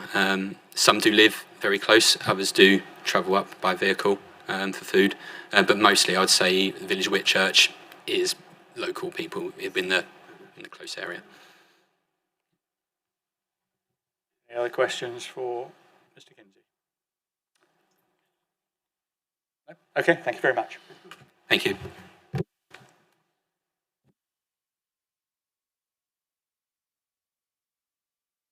Councillor Ewings, I gather you've got an appointment elsewhere, so I'm going to give you the privilege of going first.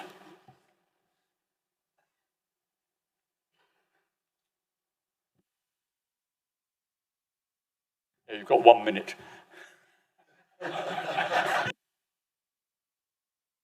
As long as that, Mr. Chair.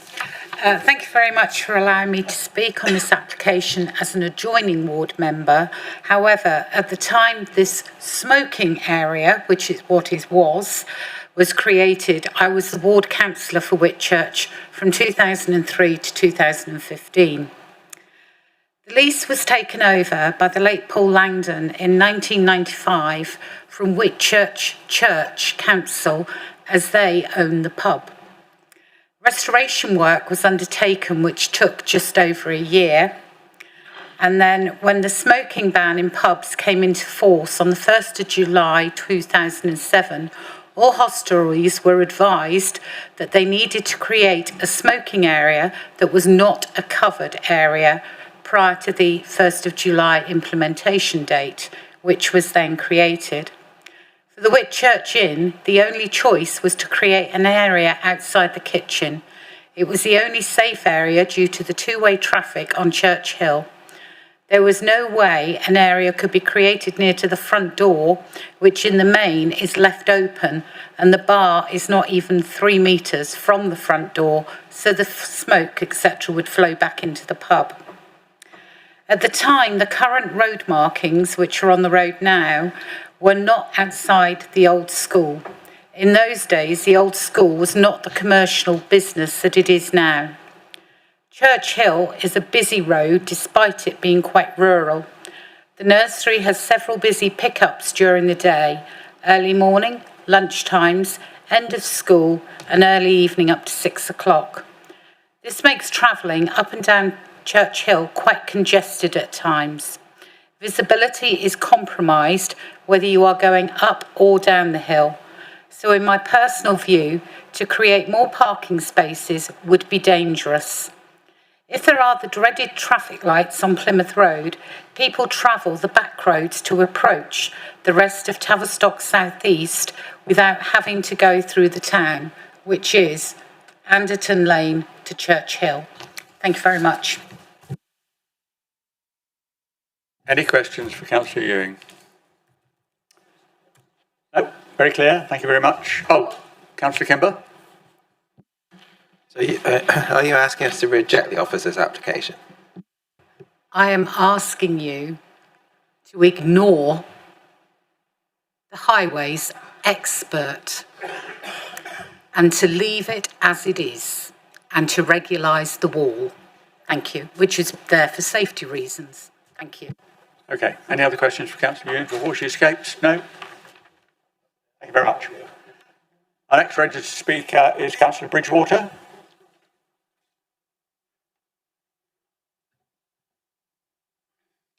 You know the ropes, so when you're ready, off you go. 1 minute. Thank you very much. Chairman, our planning officer appears to be happy with the proposal, as the report explains that in paragraph 2.2, the principle of the alterations is acceptable. Paragraph 3.3 says that the proposal conserves the character and appearance of the conservation area. Paragraph 4 states that it meets the neighbour amenity requirements of the JLP.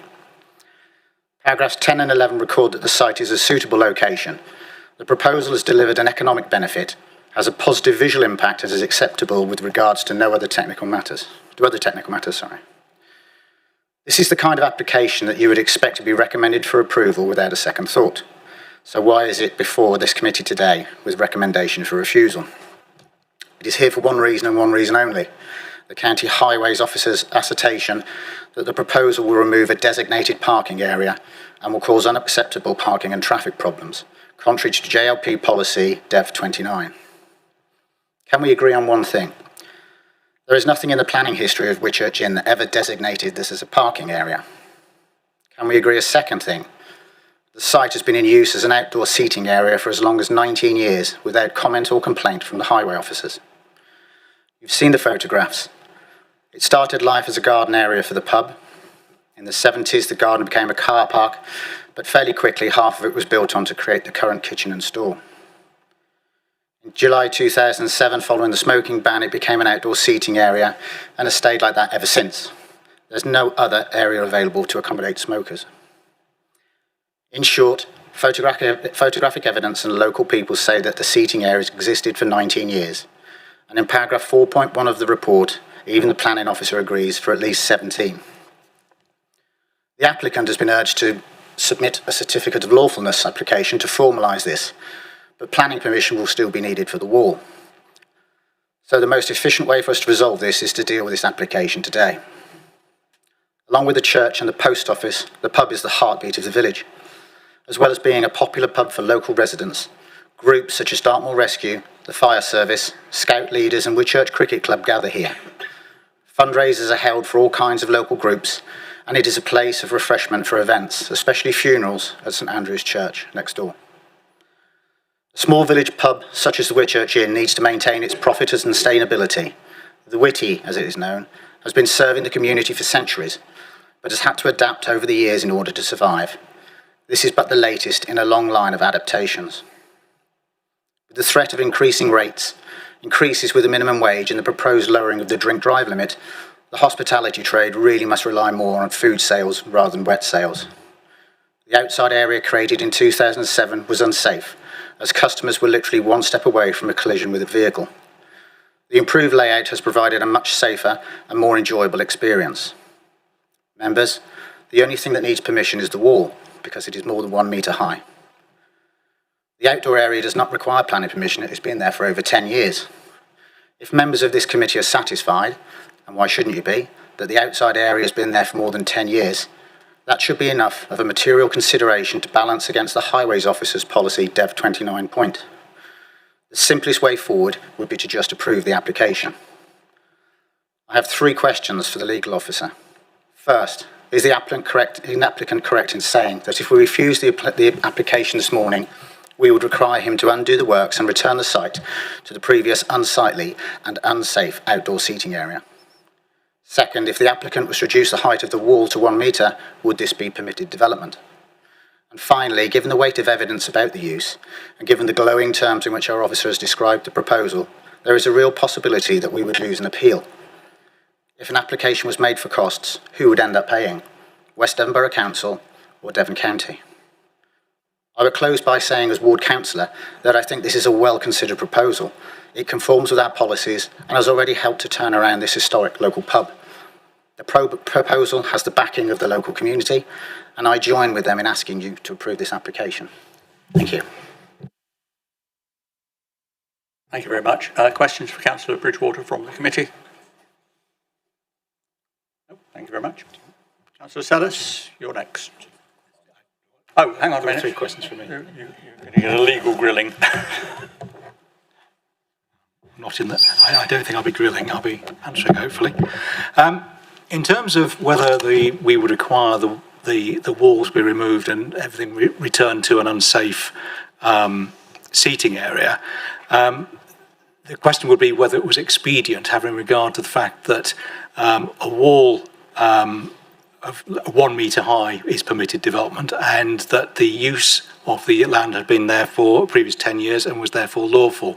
Other than that, it would be a question of planning judgment, but essentially the works would be limited to reducing the wall by the height it exceeds the permitted development rights. So I'm guessing not very much. Thank you. The question of costs. The question if the costs are only awarded if the council has acted unreasonably and the inspector agrees, but those costs would be borne by the Borough Council. Any other questions for Councillor Bridgewater? Okay, thanks very much. Councillor Sellis. Thank you very much, Chairman. As the fellow South East Tavistock West Devon Borough Councillor and the Devon County Councillor for the area, we note that the Highways Officer has had to comment following the erection of the wall. The officer therefore has studied the current policy following this building. I've listened to the officer who has advised me that it is for the Development Management Committee to decide what to do, and that she did say that you could actually ignore the advice. It was decided by the planning officer for West Devon to bring this to committee, having studied the information. So the officer has acted in accordance to her area of responsibility, and it is the gift of this committee to make your own decision on it. And I would urge the committee to approve and formalise the existing development. Thank you very much. Thank you. Before we have any questions, I think the legal officer would like to pick up on point. Yeah, can I just ask you to ignore Councillor Sellis's request that you ignore the County Council or a representation? I would invite you simply to take it into account and give it what weight you think is appropriate. With respect, I will take that. However, you know what I mean. We do. Right, that's it from questions. We now are in debate before we move to a vote. Any points of debate? Councillor Moody. Thank you, Chair. I just want to reiterate what my position, that listening to the evidence, the terrace has been improved visually. The officer has said so. It accords with the historical setting, the conservation area. and it has no material harm to the heritage asset. The fact that the area's been used for almost 20 years. There's overwhelming local support. It's a very well popular local establishment. And also, I think for me, the major important fact is the fact that there is no evidence that it would have an unacceptable impact on the highway. It is a subjective view, speculative view of the officer without any evidence whatsoever. And the NPPF paragraph 116 tells us that development should only be refused on highway grounds if there is actual evidence of an unacceptable impact. And in this case, I don't believe that that is the case. So I will not be supporting the refusal. Thank you. Okay, thank you. Any other points of debate before we move to a vote? Councillor Kimber. Thank you very much. We have too many cars, and I do worry about the danger they cause, so I can see the issue with highways, but I have no idea how we solve that, the problem of too many cars. But pubs are critical to our communities, and for me it's a priority to support local businesses, particularly where their business brings people together. I think there's already far too much loneliness and disconnection between people, so I will tilt the balance in favour of strengthening our communities. Thank you very much. Any other comments before we move to a vote? Right, I want to be very clear what we're about to do here. The officer's recommendation is for refusal of this application. So those in favour of the officer's recommendation, which is to refuse this application, please show. Okay. Those who are against the officer's recommendation for refusal, please show. That's unanimous. Now that is not an approval, that is simply a recommendation not to support the officer's recommendation. So I will now put an alternative proposal, which is to support the application as presented. Can I have a seconder for that? Now, Presumably that, Chairman, is a delegated decision to the head of development management to agree the conditions. Yes, yeah, conditional approval. Yeah. So those in favour of the alternative proposal, which is to support this recommendation, please show. Okay. So the application is approved. Thank you very much. I think that was the easy one. And that completes the planning applications. So we move now on to item 8 on the agenda, which is the planning appeals update.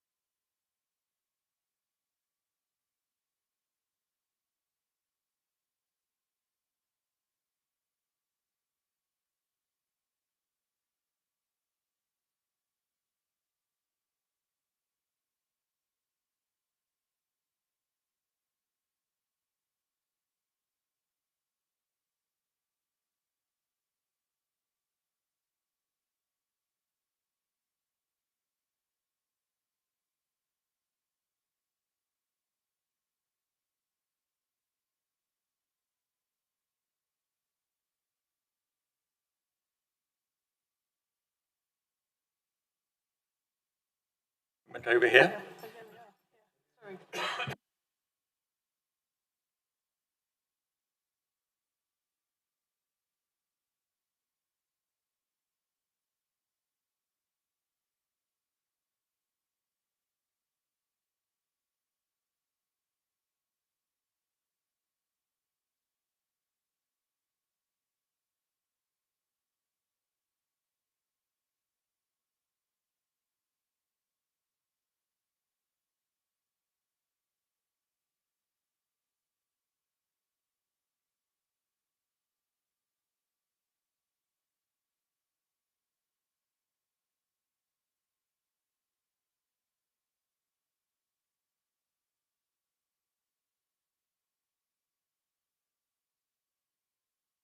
We're there. Right, back to the agenda. Item 8, appeals decisions.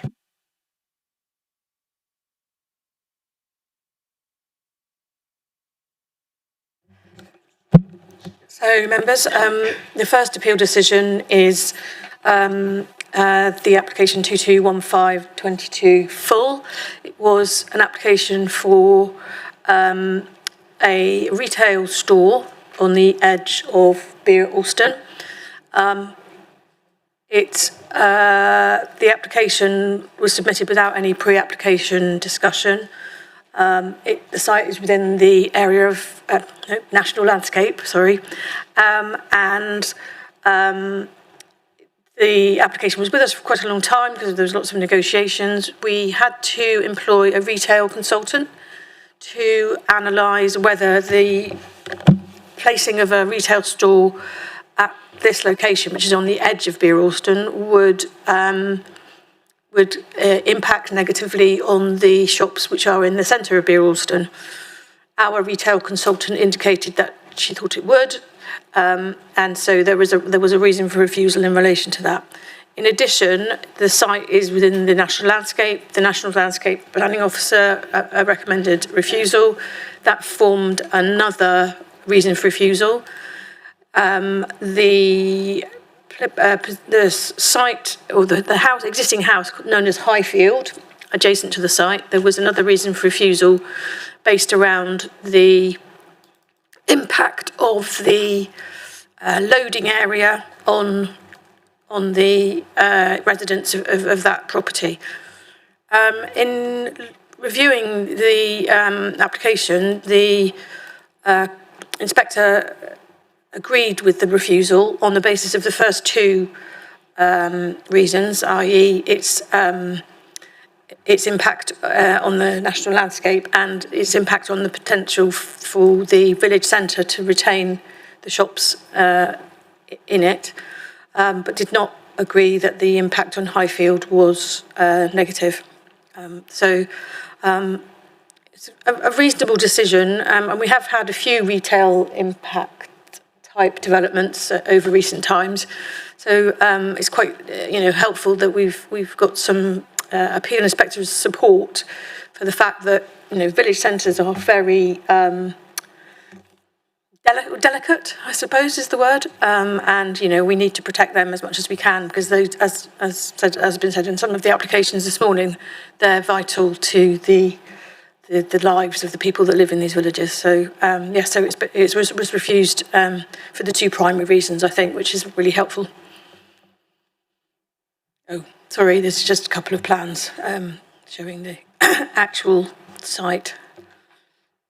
One of the other concerns that was raised with regard to landscaping, the landscape in this area is quite open. There are trees along hedgerows and what have you, but the extent to which the tree planting on this site was proposed was in effect to screen the development. Well, we shouldn't be thinking, we'll allow developments here, there and everywhere as long as they're screened.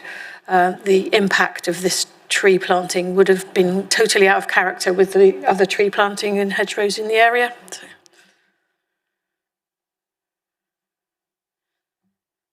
So this application at Town Barton Farm was for the provision of a dog walking area on the edge of Highhampton. The application was refused because it was it was in a countryside location with no justification for it, outside of the village.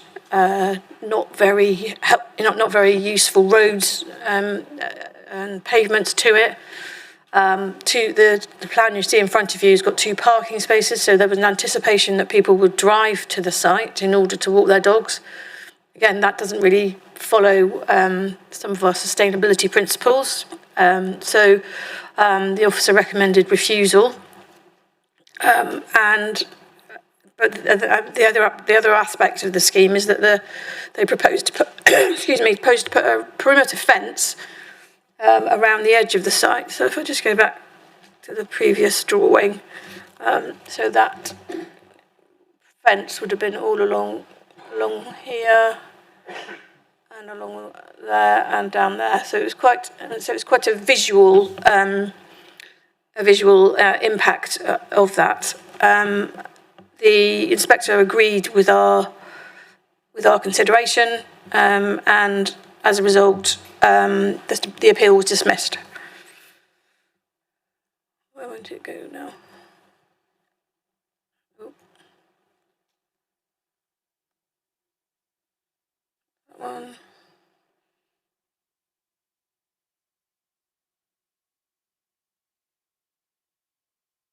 This third application was also refused. It was for four glamping pods or holiday accommodation pods. This application was refused on the basis that it was in an unsustainable and unsuitable location, impact on landscape character, and I'll just show you the site in a bit more detail. So 4 units here and a flat roof one just there.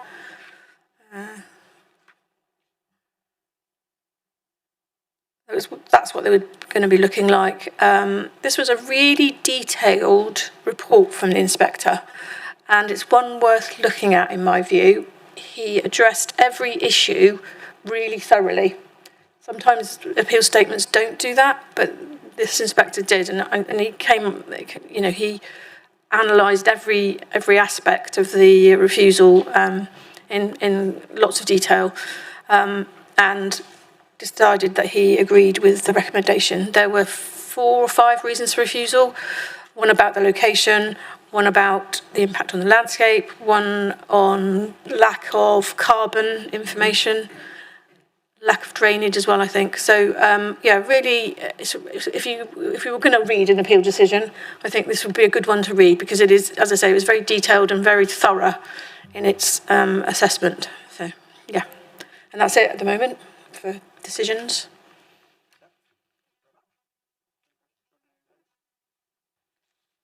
Okay, move on to item 9 on the agenda, which is the undetermined major applications. And having a discussion about some of these have been on the statute for a very long time, and our desire to get them moving. So hopefully we've got a little bit more information on some of them.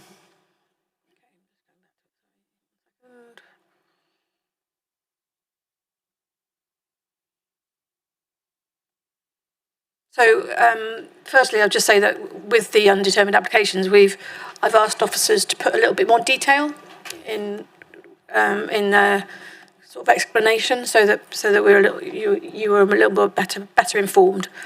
The first 2 are the lovely wool grading centre, which is nearing the end of its days. Hopefully, it's actually now been recommended for approval. It will be recommended to the ward members for approval. The Environment Agency, which had maintained a very strong objection to it over a number of years, finally those issues have been resolved with the Environment Agency, so there's no longer that as an objection. The Heritage Officer does have some concerns still, but the case officer is of the view that it's been going on so long, and whilst there are some heritage matters that are still not dealt with, on balance, he is of the view that we should be recommending approval. So that's to be going with the ward members imminently. That's the wool grading centre. Yes. Not the old wool. Oh, sorry, yes. Woolen mill. Right, okay. Okay, thank you. Yes. Thank you. So for those 2, the wool grading centre and the old woolen mill, will they be demolished? Is that under these plans? Under these proposed plans? No.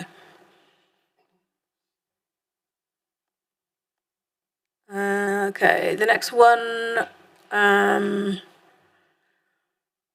is subject to a Section 106 agreement, but there seemed to be some problem with the wording or technical wording in Section 106, which is being discussed with the applicant, as I understand it. So that's that one. Jethro's. again, subject to a Section 106 agreement, the biodiversity net gain is provided in the blue land associated with the development, and therefore, again, a legal agreement is needed. But that's imminent as far as I know.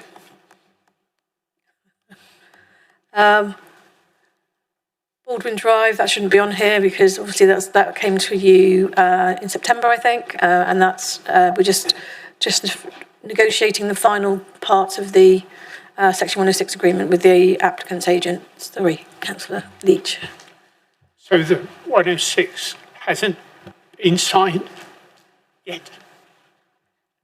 No. I mean, David may be able to. I've been in discussions with David and others about getting that signed, and I don't know whether we. Yeah, so I'll pass over to David in a second. Okay. We had a meeting with the applicant and his agent last week. This week to amend, and because we understood the county council had now agreed details, there's now a revised draft which is due for a joint read through, going through it line by line. I think we're very close to getting it signed, sealed.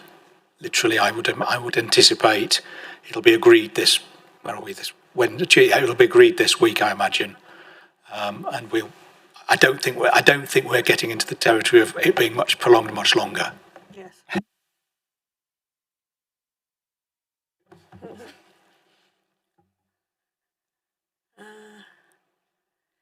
The next one is Fall Street at Lifton. This application, when it initially came in, was appalling. So our officers have been spending quite a lot of time getting them to relook at the way they've laid out the houses, the landscaping and so on. As far as I'm aware, we've had the amended plans in, and that's probably now out to consultation for the various consultees, and then that will need to probably come to you unless the local member is happy to agree under delegation. This next one, again, this is subject to a Section 106, and the agreement is words away. There's been a lot of consideration about the words being used for the housing aspect of the Section 106. David has been beavering away, trying to get those words resolved, and again, similarly, imminently to be agreed. It's on my list of things to do today.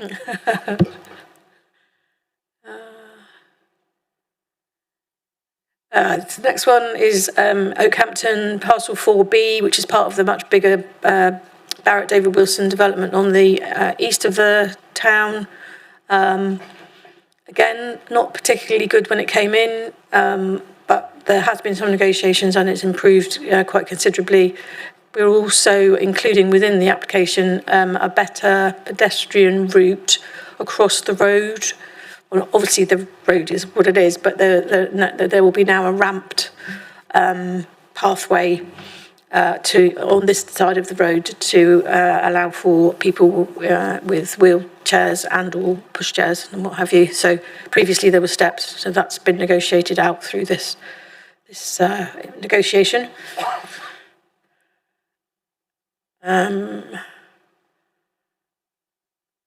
So this one has had a number of objections. This is the former site of Astra Salvage Yard at Patricot. It's a number of consultees have raised concerns, including drainage and the ecologist, and that's being considered by the applicant as we speak. This application, the next one with Adrian's application, is an application to relocate the Lidl store in Oakhampton to the outskirts of Oakhampton. It will probably be subject to retail assessment again because it's taking a town centre use into an area outside of the town, and that would be contrary to our policy. And so that's where that is at the moment. It's a slightly more recent development. It only came in November. So. Oh, the next one is obviously the application that was. Oh, sorry. Just on the little one, I understand there's numerous changes that Lidl have put forward was coming out for our consultation. Oh, okay. Again. Okay. The next one was the one that you considered earlier, so we don't need to talk about that one. There's another application in for Jethro's. So at the moment, the reserve matters application for Jethro's for the 30 units is obviously subject to the Section 106. This application has come back in with a request for 50 houses as opposed to 30. And it's in outline, and all matters are reserved except for the means of access. So it's currently in the consultation period. So that's fairly early in the whole process. Then the next one is... Can I just go back? Sorry. Can I just go back to the Jethro's one? The extant application is for 30 houses. Yes. Subject to negotiation of the 106. Yes. This one on the same site. Yes. Is for 50 houses. Yes. That includes the 30. So.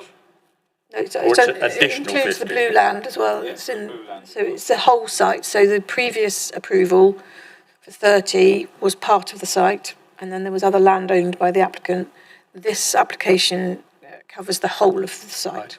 I'm just wondering about the relationship of the two applications. Do we consider them together, or do we consider them one by one? I don't think you need to consider them together. The application, which is subject to a Section 106 now, is reserve matters. So the outline has already been approved on that, and so it was just the details. This is a new outline, so I don't believe they don't relate to each other. So I don't believe they should be considered at the same time. Okay. And then the final one. 3 dwellings. I'm not quite sure whether this is on the list. It might be because it's the size of the land. There are quite a few objections to it. It's a Class Q. Well, it's actually not a Class Q. There was a Class Q on the site, and now they've put a planning application in for the development of 3 houses. That will be, that's out to consultation, and there have been some objections. So the officer is just discussing that with them now. And then the final one is in Lamerton, outline application for 20 dwellings, formation of new access and associated works. The consultation period ended on the 18th of December. So there was a previous application for the similar development which was dismissed on appeal. And so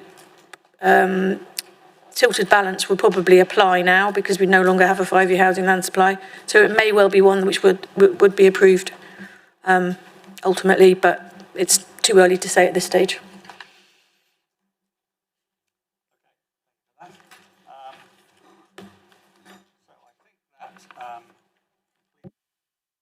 Right. I think that completes the formal agenda, but as advertised, have asked the planning team to pull together a quick...